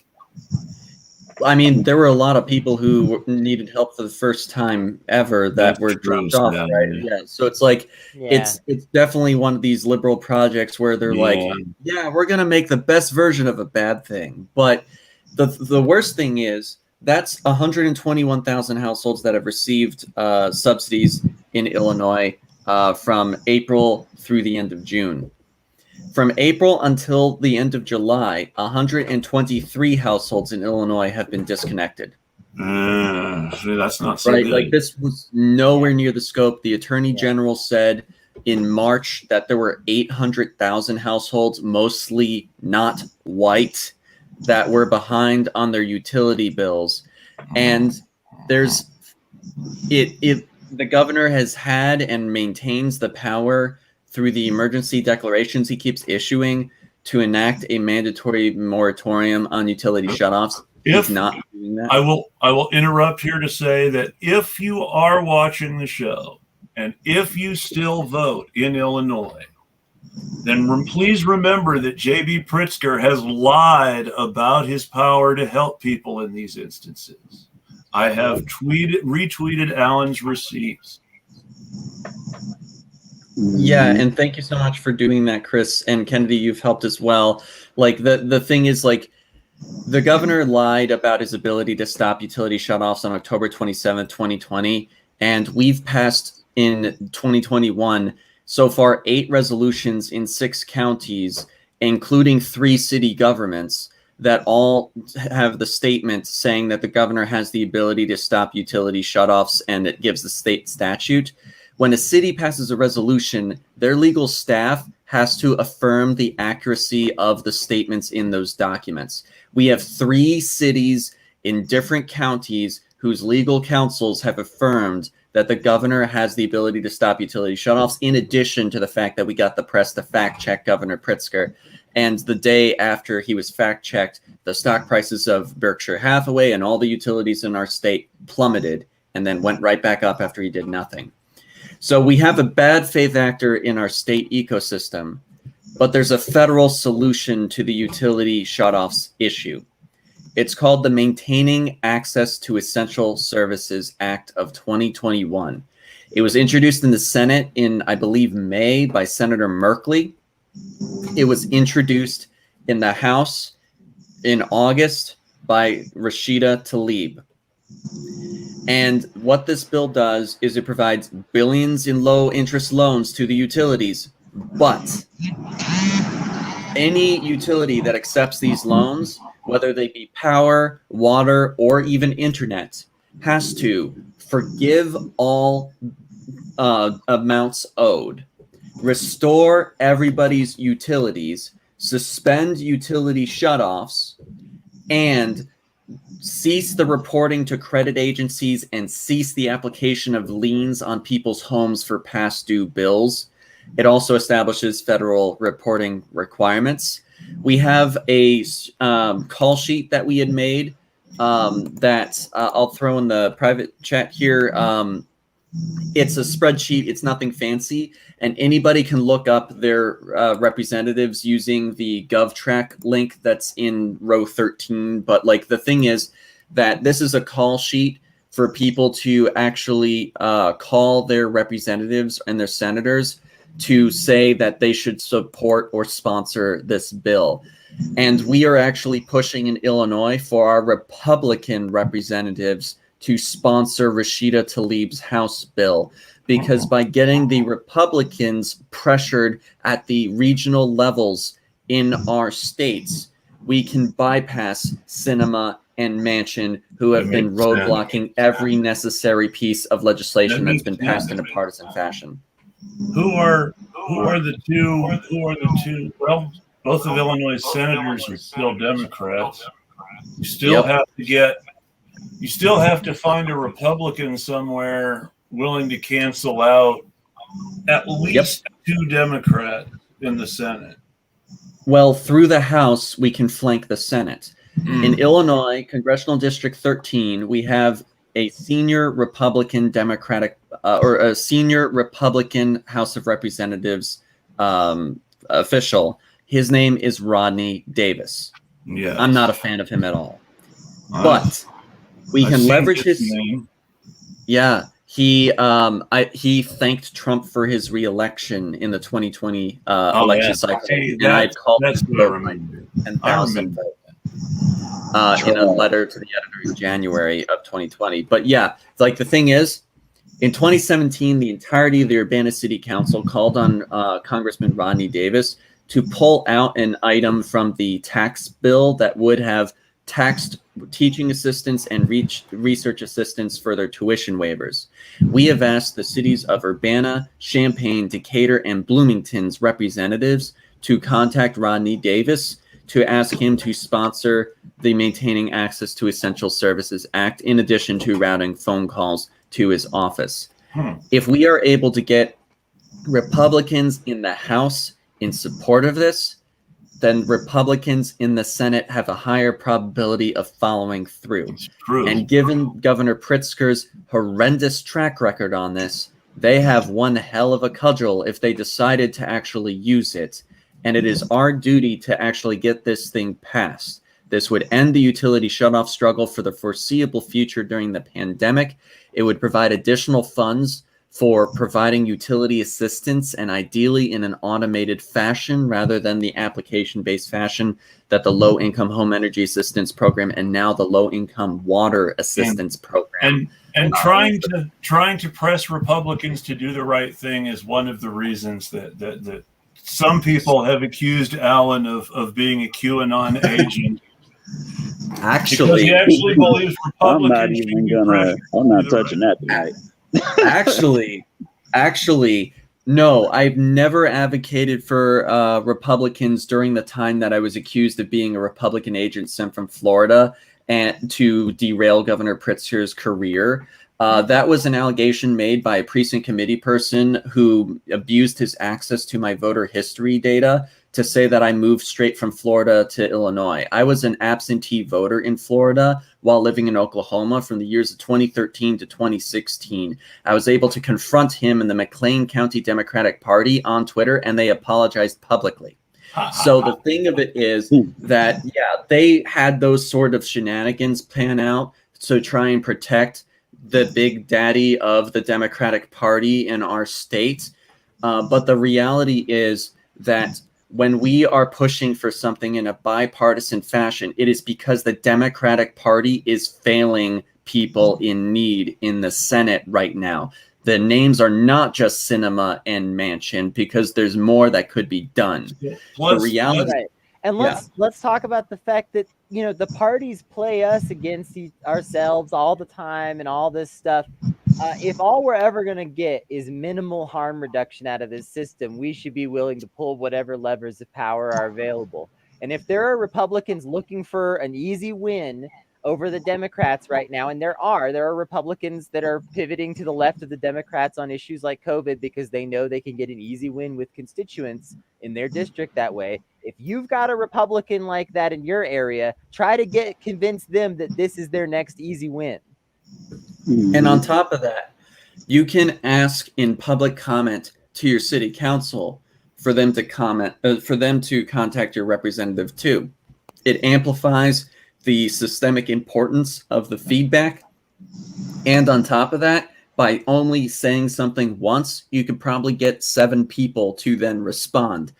And the reality of this is, because we hadn't spelled it out plainly, there is plenty of research showing that when utility shutoffs happen, COVID cases go up. This is because you are dehousing people without an eviction. When The Intercept reported on the No Ameren Shutoffs campaign, they included a statement from a national law nonprofit saying exactly that. And I believe it was a 129% increase in COVID when people's housing security is affected. This is something that we have seen severely in the state of Illinois. When it happened in 2020, 2 weeks after utility shutoffs began, we were over 2,000 cases a day. 3 weeks, it was over 3,000 cases a day. 4 weeks, it was over 4,000 cases a day. And a month and 4 or 5 days afterwards, we were over 6,000 cases a day, all before the election and all before Halloween. When the utility shutoffs resumed in Illinois, we saw a stalling of the fall in COVID cases until the utility disconnection avoidance program was enacted. And then when Delta coronavirus cases, which apparently it's been here since April, but it's been transitory in that we did not have positive tests in Illinois until June. And so the thing expired in the end of June, and then our COVID case loads came up, even though Delta was already in our state. And speaking of things expiring, extra unemployment benefits for COVID expired today. Labor Day. On Labor Day. Well, on U.S. Labor Day. Let's go ahead and take the moment to point out. And what worse, they don't even have the same Labor Day. So the U.S. and Canada both go with different Labor Days from May 1st in order to have non-communist Labor Days, but can't even coordinate the same Labor Day with each other. Well, no, why would they? Canada's Labor Day is like the Sunday before or the Tuesday after. It's this weird thing. Maybe even the week before or after. Man, we need to have a map of all these scab countries that just have different Labor Days. Yeah. So all respectable countries, of course, have May 1st. Yeah. Oh, you're telling me the United States is not showing solidarity with the rest of the world on the United States country. Geez. Can you believe it? What? The U.S. doing that, man? The U.S. is a scab country that is withholding its solidarity from more communist labor unions. Mm-hmm. Now, that's just a really disturbing thing about it. I mentioned this before, is in the 1930s and 1950s, in 2 separate purges, they threw all the communists they could possibly get their hands on out of the UAW and the AFL-CIO. Yep.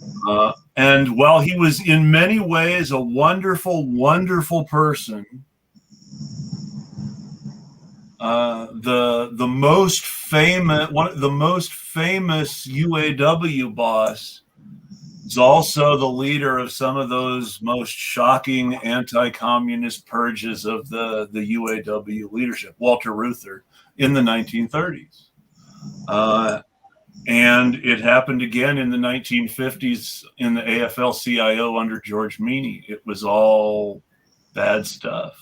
You mean the same labor coalition that won't expel cops is anti-communist? It's funny how that works. Not only that, the same labor coalition that let the cop unions vote on whether or not the rest of the unions could even talk anymore about expelling cops is anti-communist. But let's be clear that the organizations that the late Richard Trumka, labor hero,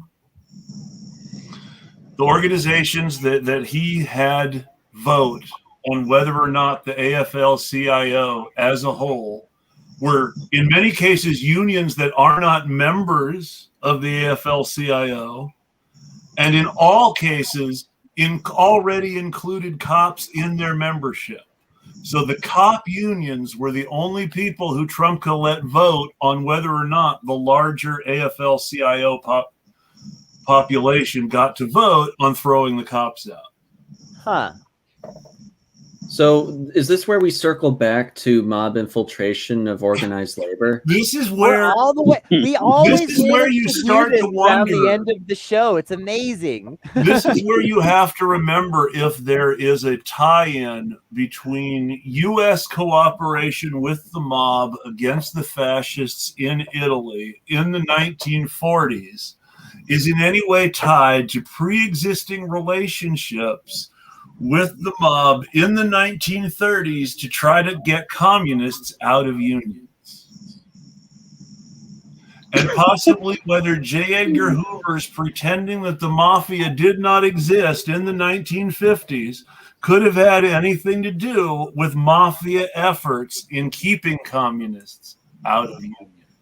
Kind of almost makes you think about how some of our politicians today pretend white supremacist terrorist groups don't exist. I am in no way a conspiracy theorist, but the idea that that saying the mafia doesn't exist because the mafia was helping corporations break unions is really one of the more profound expressions of J. Edgar Hoover's racism.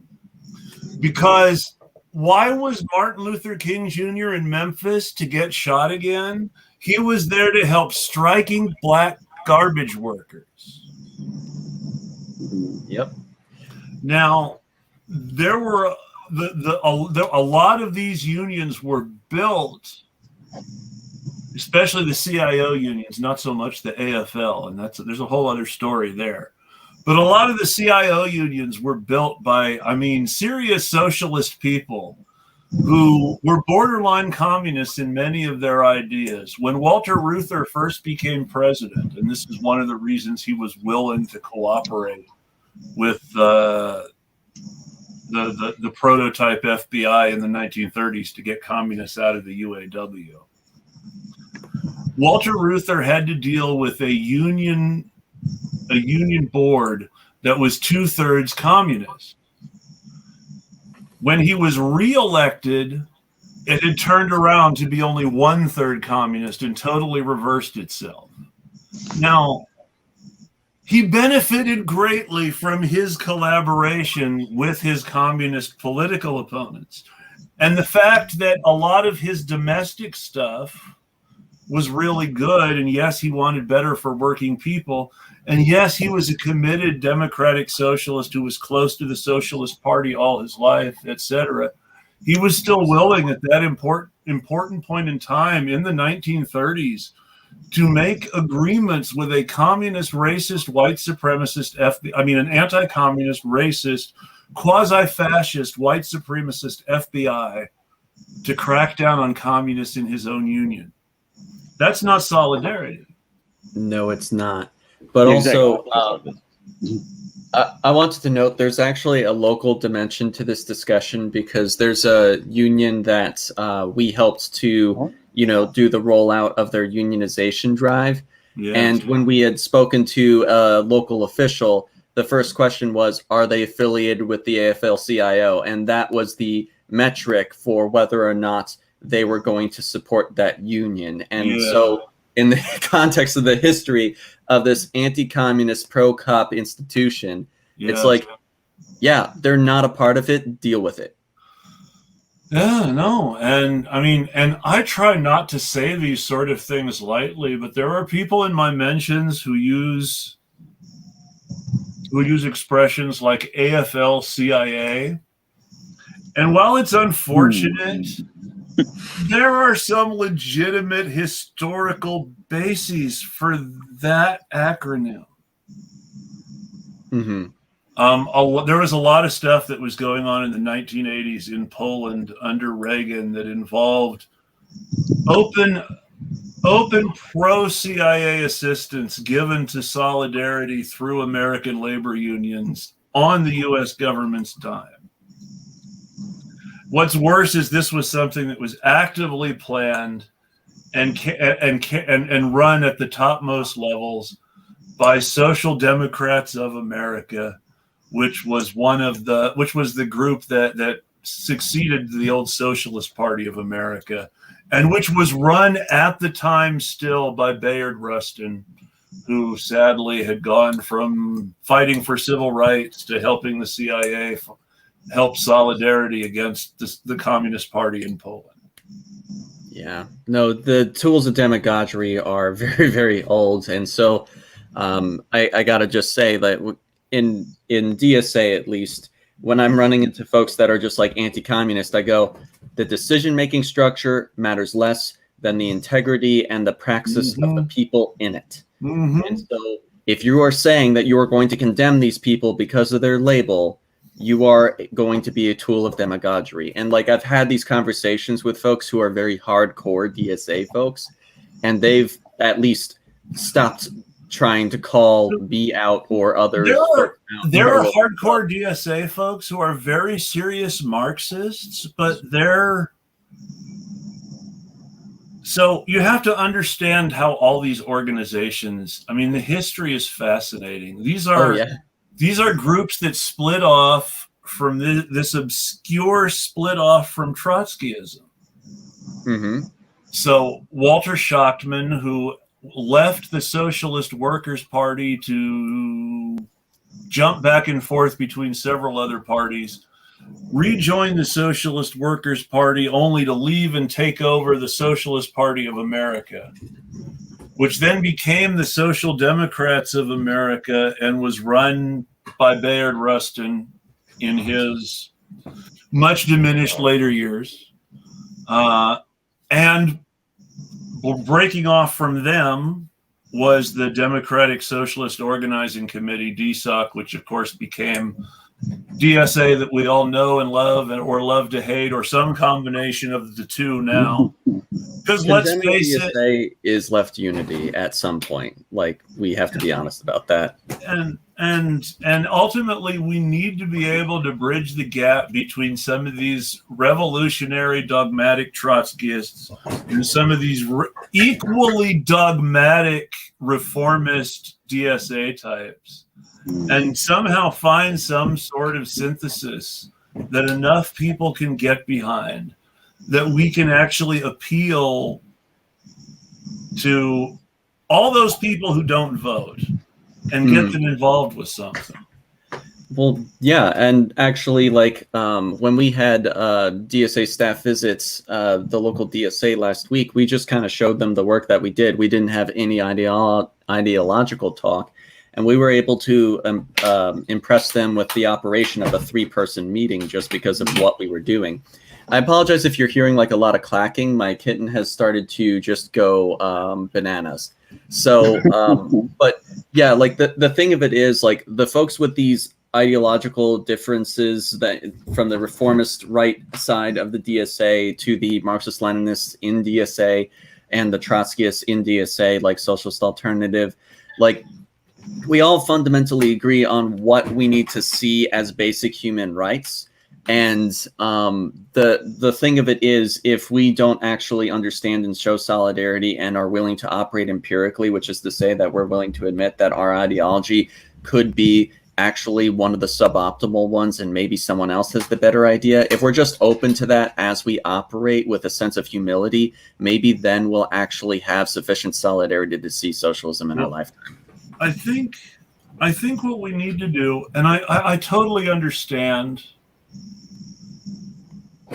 and I'm just going to come out and say it. I totally understand why a tiny handful of really bougie white folks like to play at being Lenin. I get it.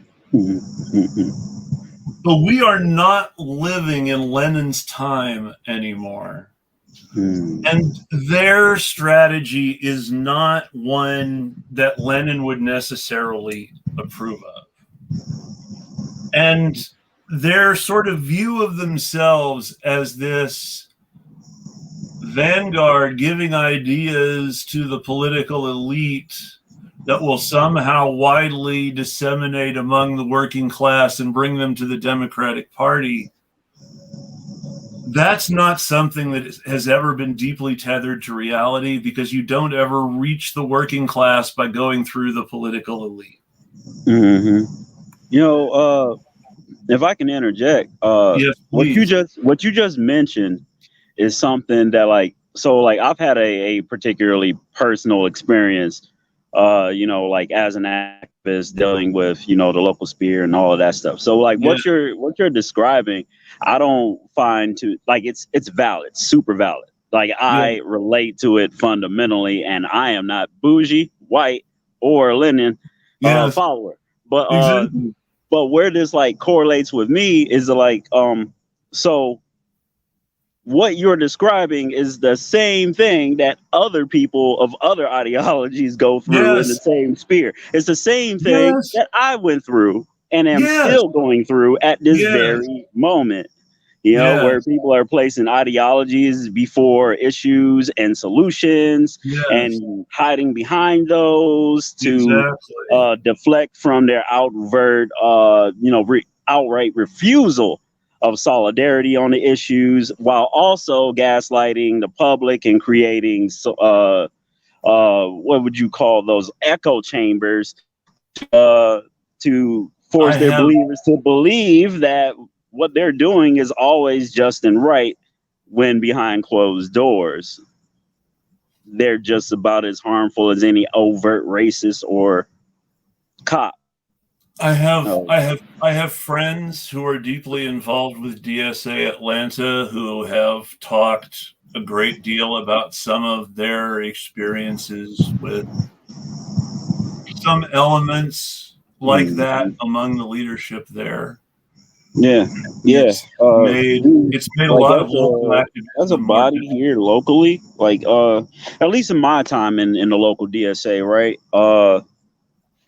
Like I was an unaffiliated leftist, like other folks, yeah, who are outside of organizations and stuff like that. And for me, I admit it. I met Allan randomly through like some online advocacy and whatnot, and we just connected and everything.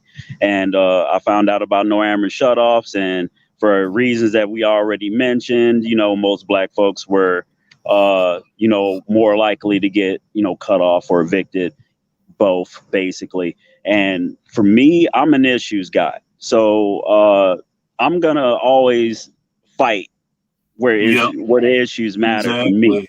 And solidarity for me with other folks is issue to issue. So Yeah, like I'm not going to fight on every front because I know that I'm not useful on every front. I use my talents and everything to what I know can be effective towards, liberation, equity, justice for all folks in the end of the day, right?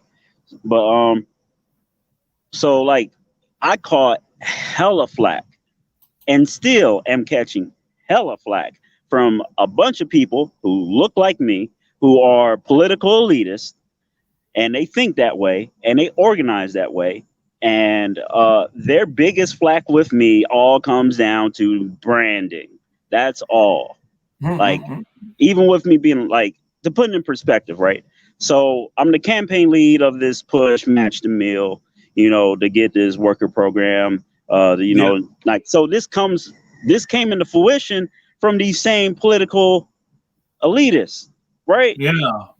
And these same political elitists, more or less, threw this together, put it in here, ain't said nothing else about it since endorsements and all that has happened.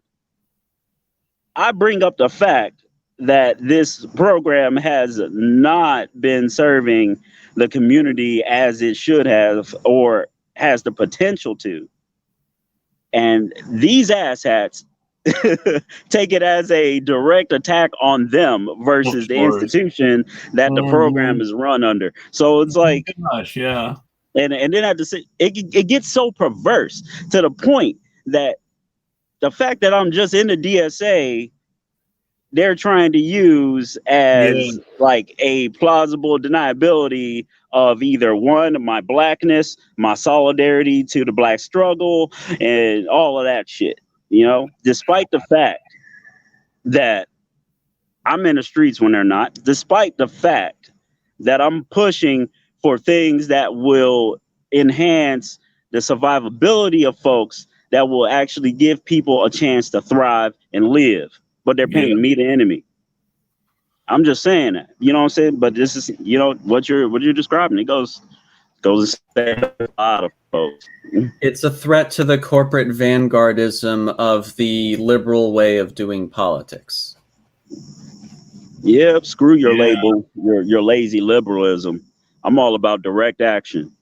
I don't care about none of all that symbolism. That mess needs to die. Take all those street signs, take all those murals, and burn them until we get equity and justice in these streets. This is why we try to have folks like you on the show. Oh, well, I appreciate it. You know, mad black man out here. Well, no, uncivil disobedience. This is what we need. We want people who are on the streets, and we need people on the streets right now. Yeah. You know, there's a lot of things we need in this world, in this country right now. But, you know, like when, at least in my opinion, when I think about, you know, government action and everything, all I see is constant disappointment, constant, you know, lowballing and all of that, constant gaslighting of the public. And so, like, I'm being someone who was like, well, I was I was crushed under the weight of capitalism into complete and utter silence for about 33 years of my existence. And once I barely got out of that and lived just a second of life, I chose complete and utter resistance. And I believe that is one of the things that these incumbents, these elected officials, what they fear the most is that when people get a chance to stop and smell the roses, that they will literally come out with hatchets and cut everything around. Yeah. Everybody's afraid of not being needed. Go ahead, Kennedy. No, I just want to say, Eddie, I think you're so right. I think, you know, there's so many ways in which they try to keep us distracted, but not in like a meaningful, like relaxation and distraction can be good, right? If you have just worked a really long day, sometimes you need a distraction after that, you know? And especially like, I mean, I've worked farming, hot day in the sun for, you know, 11 hours, 12 hours. You need to do something entertaining after something like that, you know? But the kinds of distractions they want to feed us are, you know, bad distractions a lot. And these things that are really just meant to keep us from realizing that we could have it so much better, you know, that we could, instead of Jeff Bezos having you know, 4 minutes in space, we could all eat better. You know, we could all live better. We could all have our utilities not get cut off. Like all of those things could happen instead. And they don't want us to realize how good we could have it. And that's a big part of capitalist propaganda, is all about, you know, well, we can't all have nice things. Yeah, but the whole planet could have nicer stuff except the billionaires. We can do that. Like, we could all raise our standard of living and by lowering the standard of living of the billionaires. It's true. But and this is the reason that they distract us with things like MAGA, to keep us from uniting like that. This is why unions are important. If people join a union, they're in solidarity with the people that they're working with, whether those are people that they would normally associate with outside of work or not. Unions, in the best of times, obviously there are worst of times, and that's worth a whole episode of its own sometimes. But unions in the best times of their history have brought black and white workers together. And when they have been more successful than when they haven't. I mean, one time, the biggest military action against a labor action in history was white and black and immigrant coal miners getting blown up by the U.S. Army in West Virginia. And they felt the need to do that because everybody got together and they were all on the same side because they were all getting screwed over by the same corporation. They put everything else aside and they stood together. The problem is there are too many people who are comfortable and are not willing to take a risk by sacrificing comfort by standing in solidarity with people who are less comfortable than them. Well, if they keep this up, we got about maybe 2 years before they eat the full brunt end of all that. You know, That's an unfortunate. That's an unfortunate. It's messed up, but I mean, like, if you're asking me, we're fighting worst case scenario right now. Yep. You know, we are going. If I were a COVID. panelist, You know, we're going into a second wave of COVID. We got our eviction protections are gone. Where's our utility protections? You know, and all of that. Essential workers are screwed. You know, we've had 500,000 people dead already. So it's like, how much worse can it get? And then, you know, inflation's out of control, and, you know, unemployment benefits ending for 10 million people has one big thing italicized and underlined and in all caps at the end of it. Crime rise. So when that happens, this imperialist government, who is extremely not really versatile in how they react to things, when they do, guess what happens? When let's talk about what they lose control, they will send the National Guard. Yes, and they will. Then we'll be living under curfew. Yeah. And all of that. No one has sovereignty. No one has freedom. No one has peace. No one has privacy. And that's why solidarity matters to me. Yes. And you're this absolutely is why right. You check how many cars are parked at your local National Guard facility. Yes. Mm-hmm. And this is why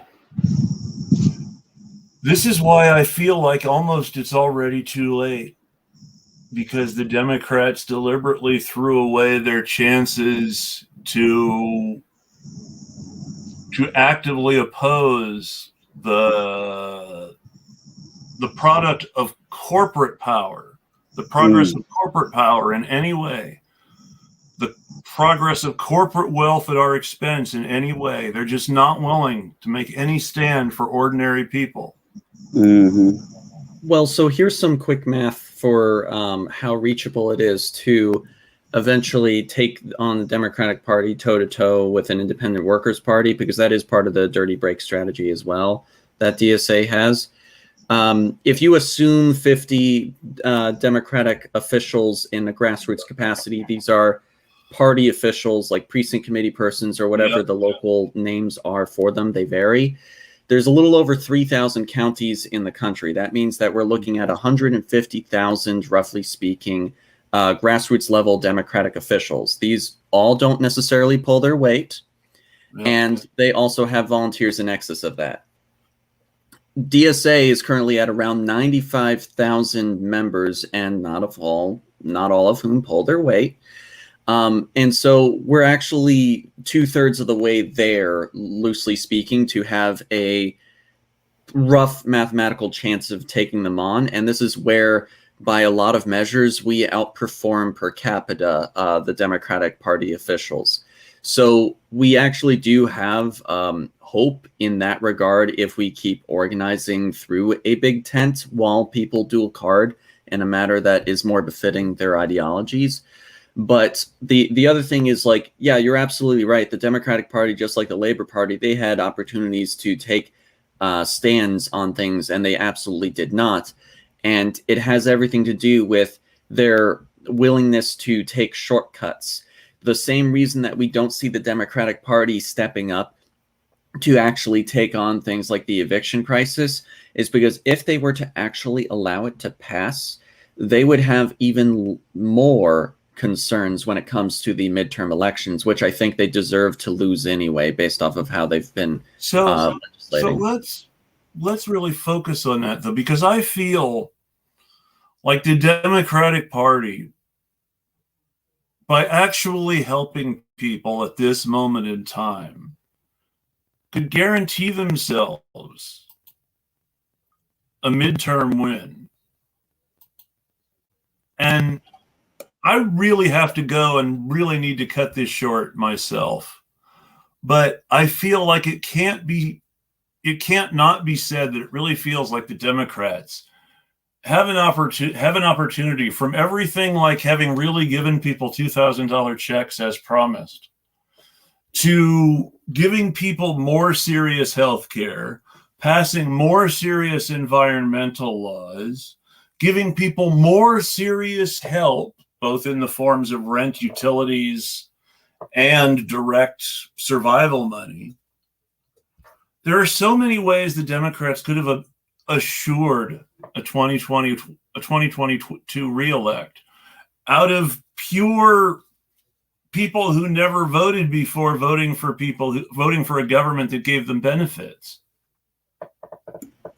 And it's sourced from how they train people to fundraise for campaigns. Yeah. They tell you, call landlords and lawyers. They're the ones who have the money. So, you know, they have the opportunity to do this on paper, but if you actually look at the motivations, they never would, especially when some Democratic parties happen to be tens of thousands of dollars in debt. Well, and that's really the problem, is that, and I'll just let this be my final thought, and then you guys can give me yours, and then we'll sign off.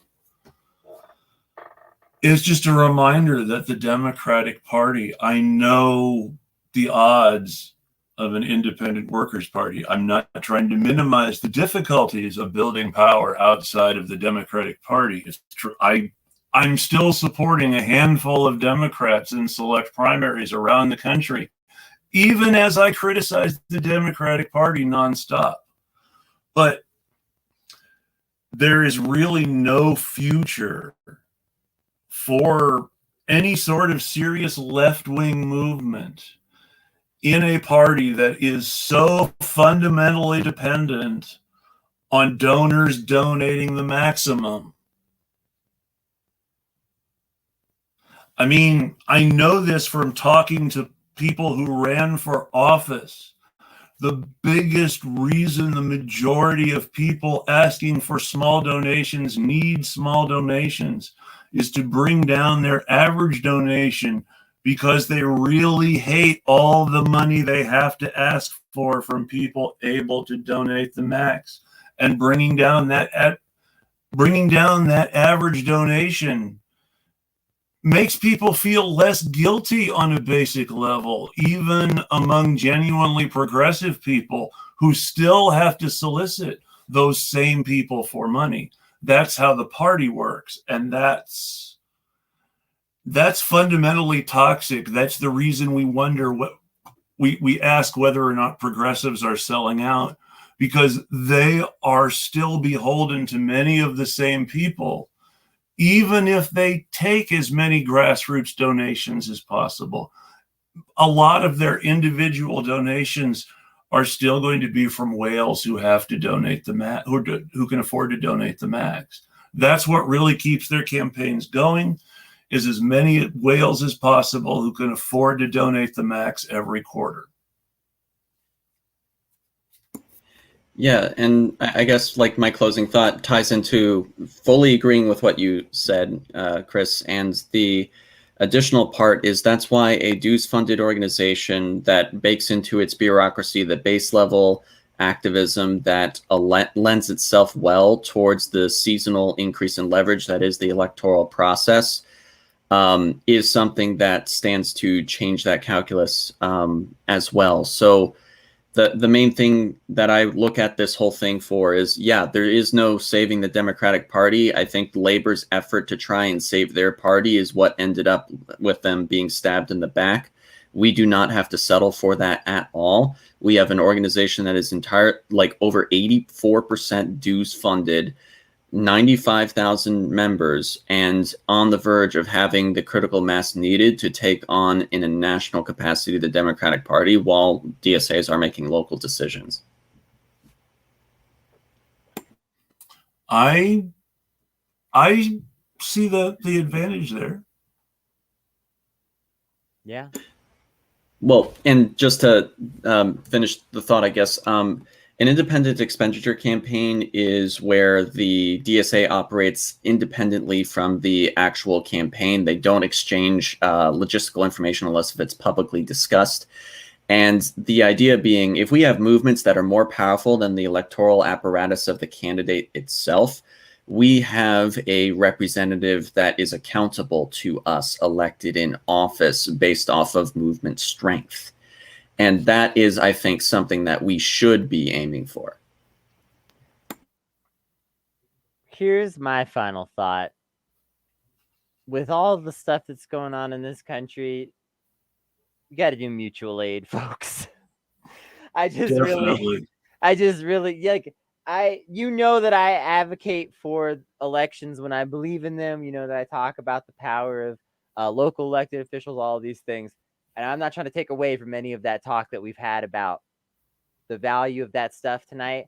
But I just want to say, with the crises that we're facing right now, get involved with mutual aid.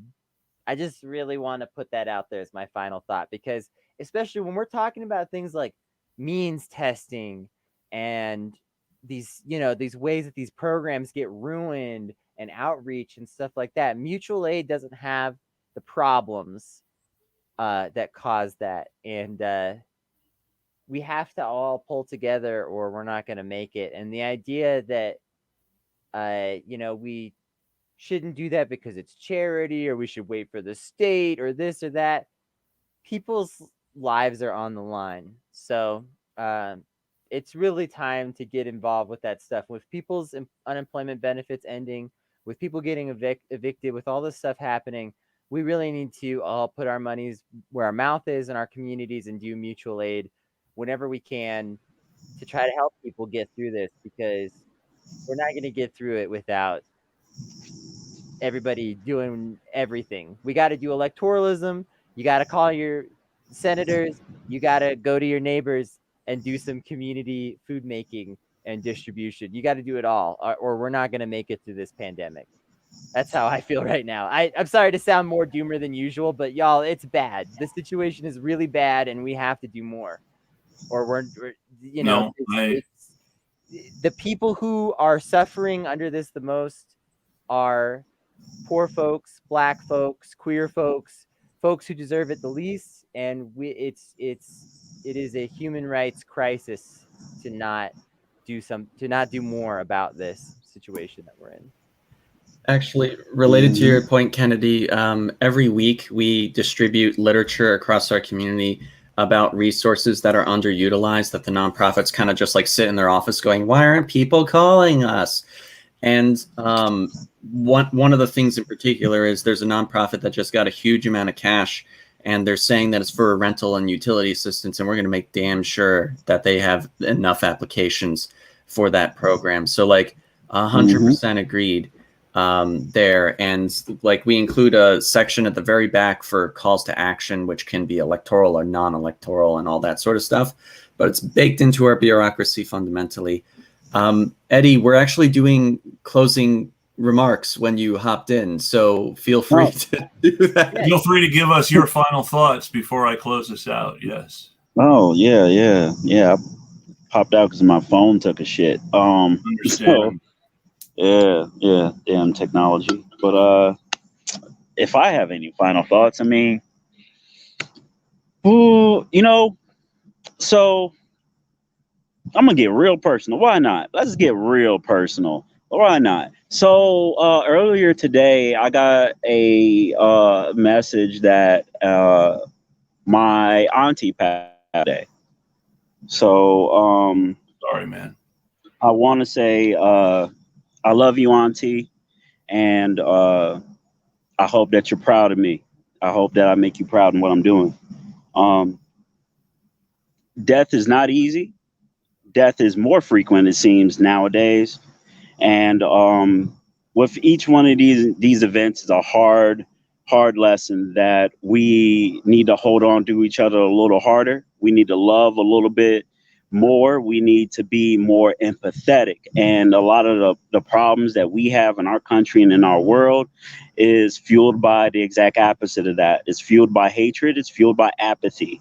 And this system goes a long way of propagating you against empathy and then replacing it with apathy, and a system that literally rewards apathy through greed, corruption, murder, etc.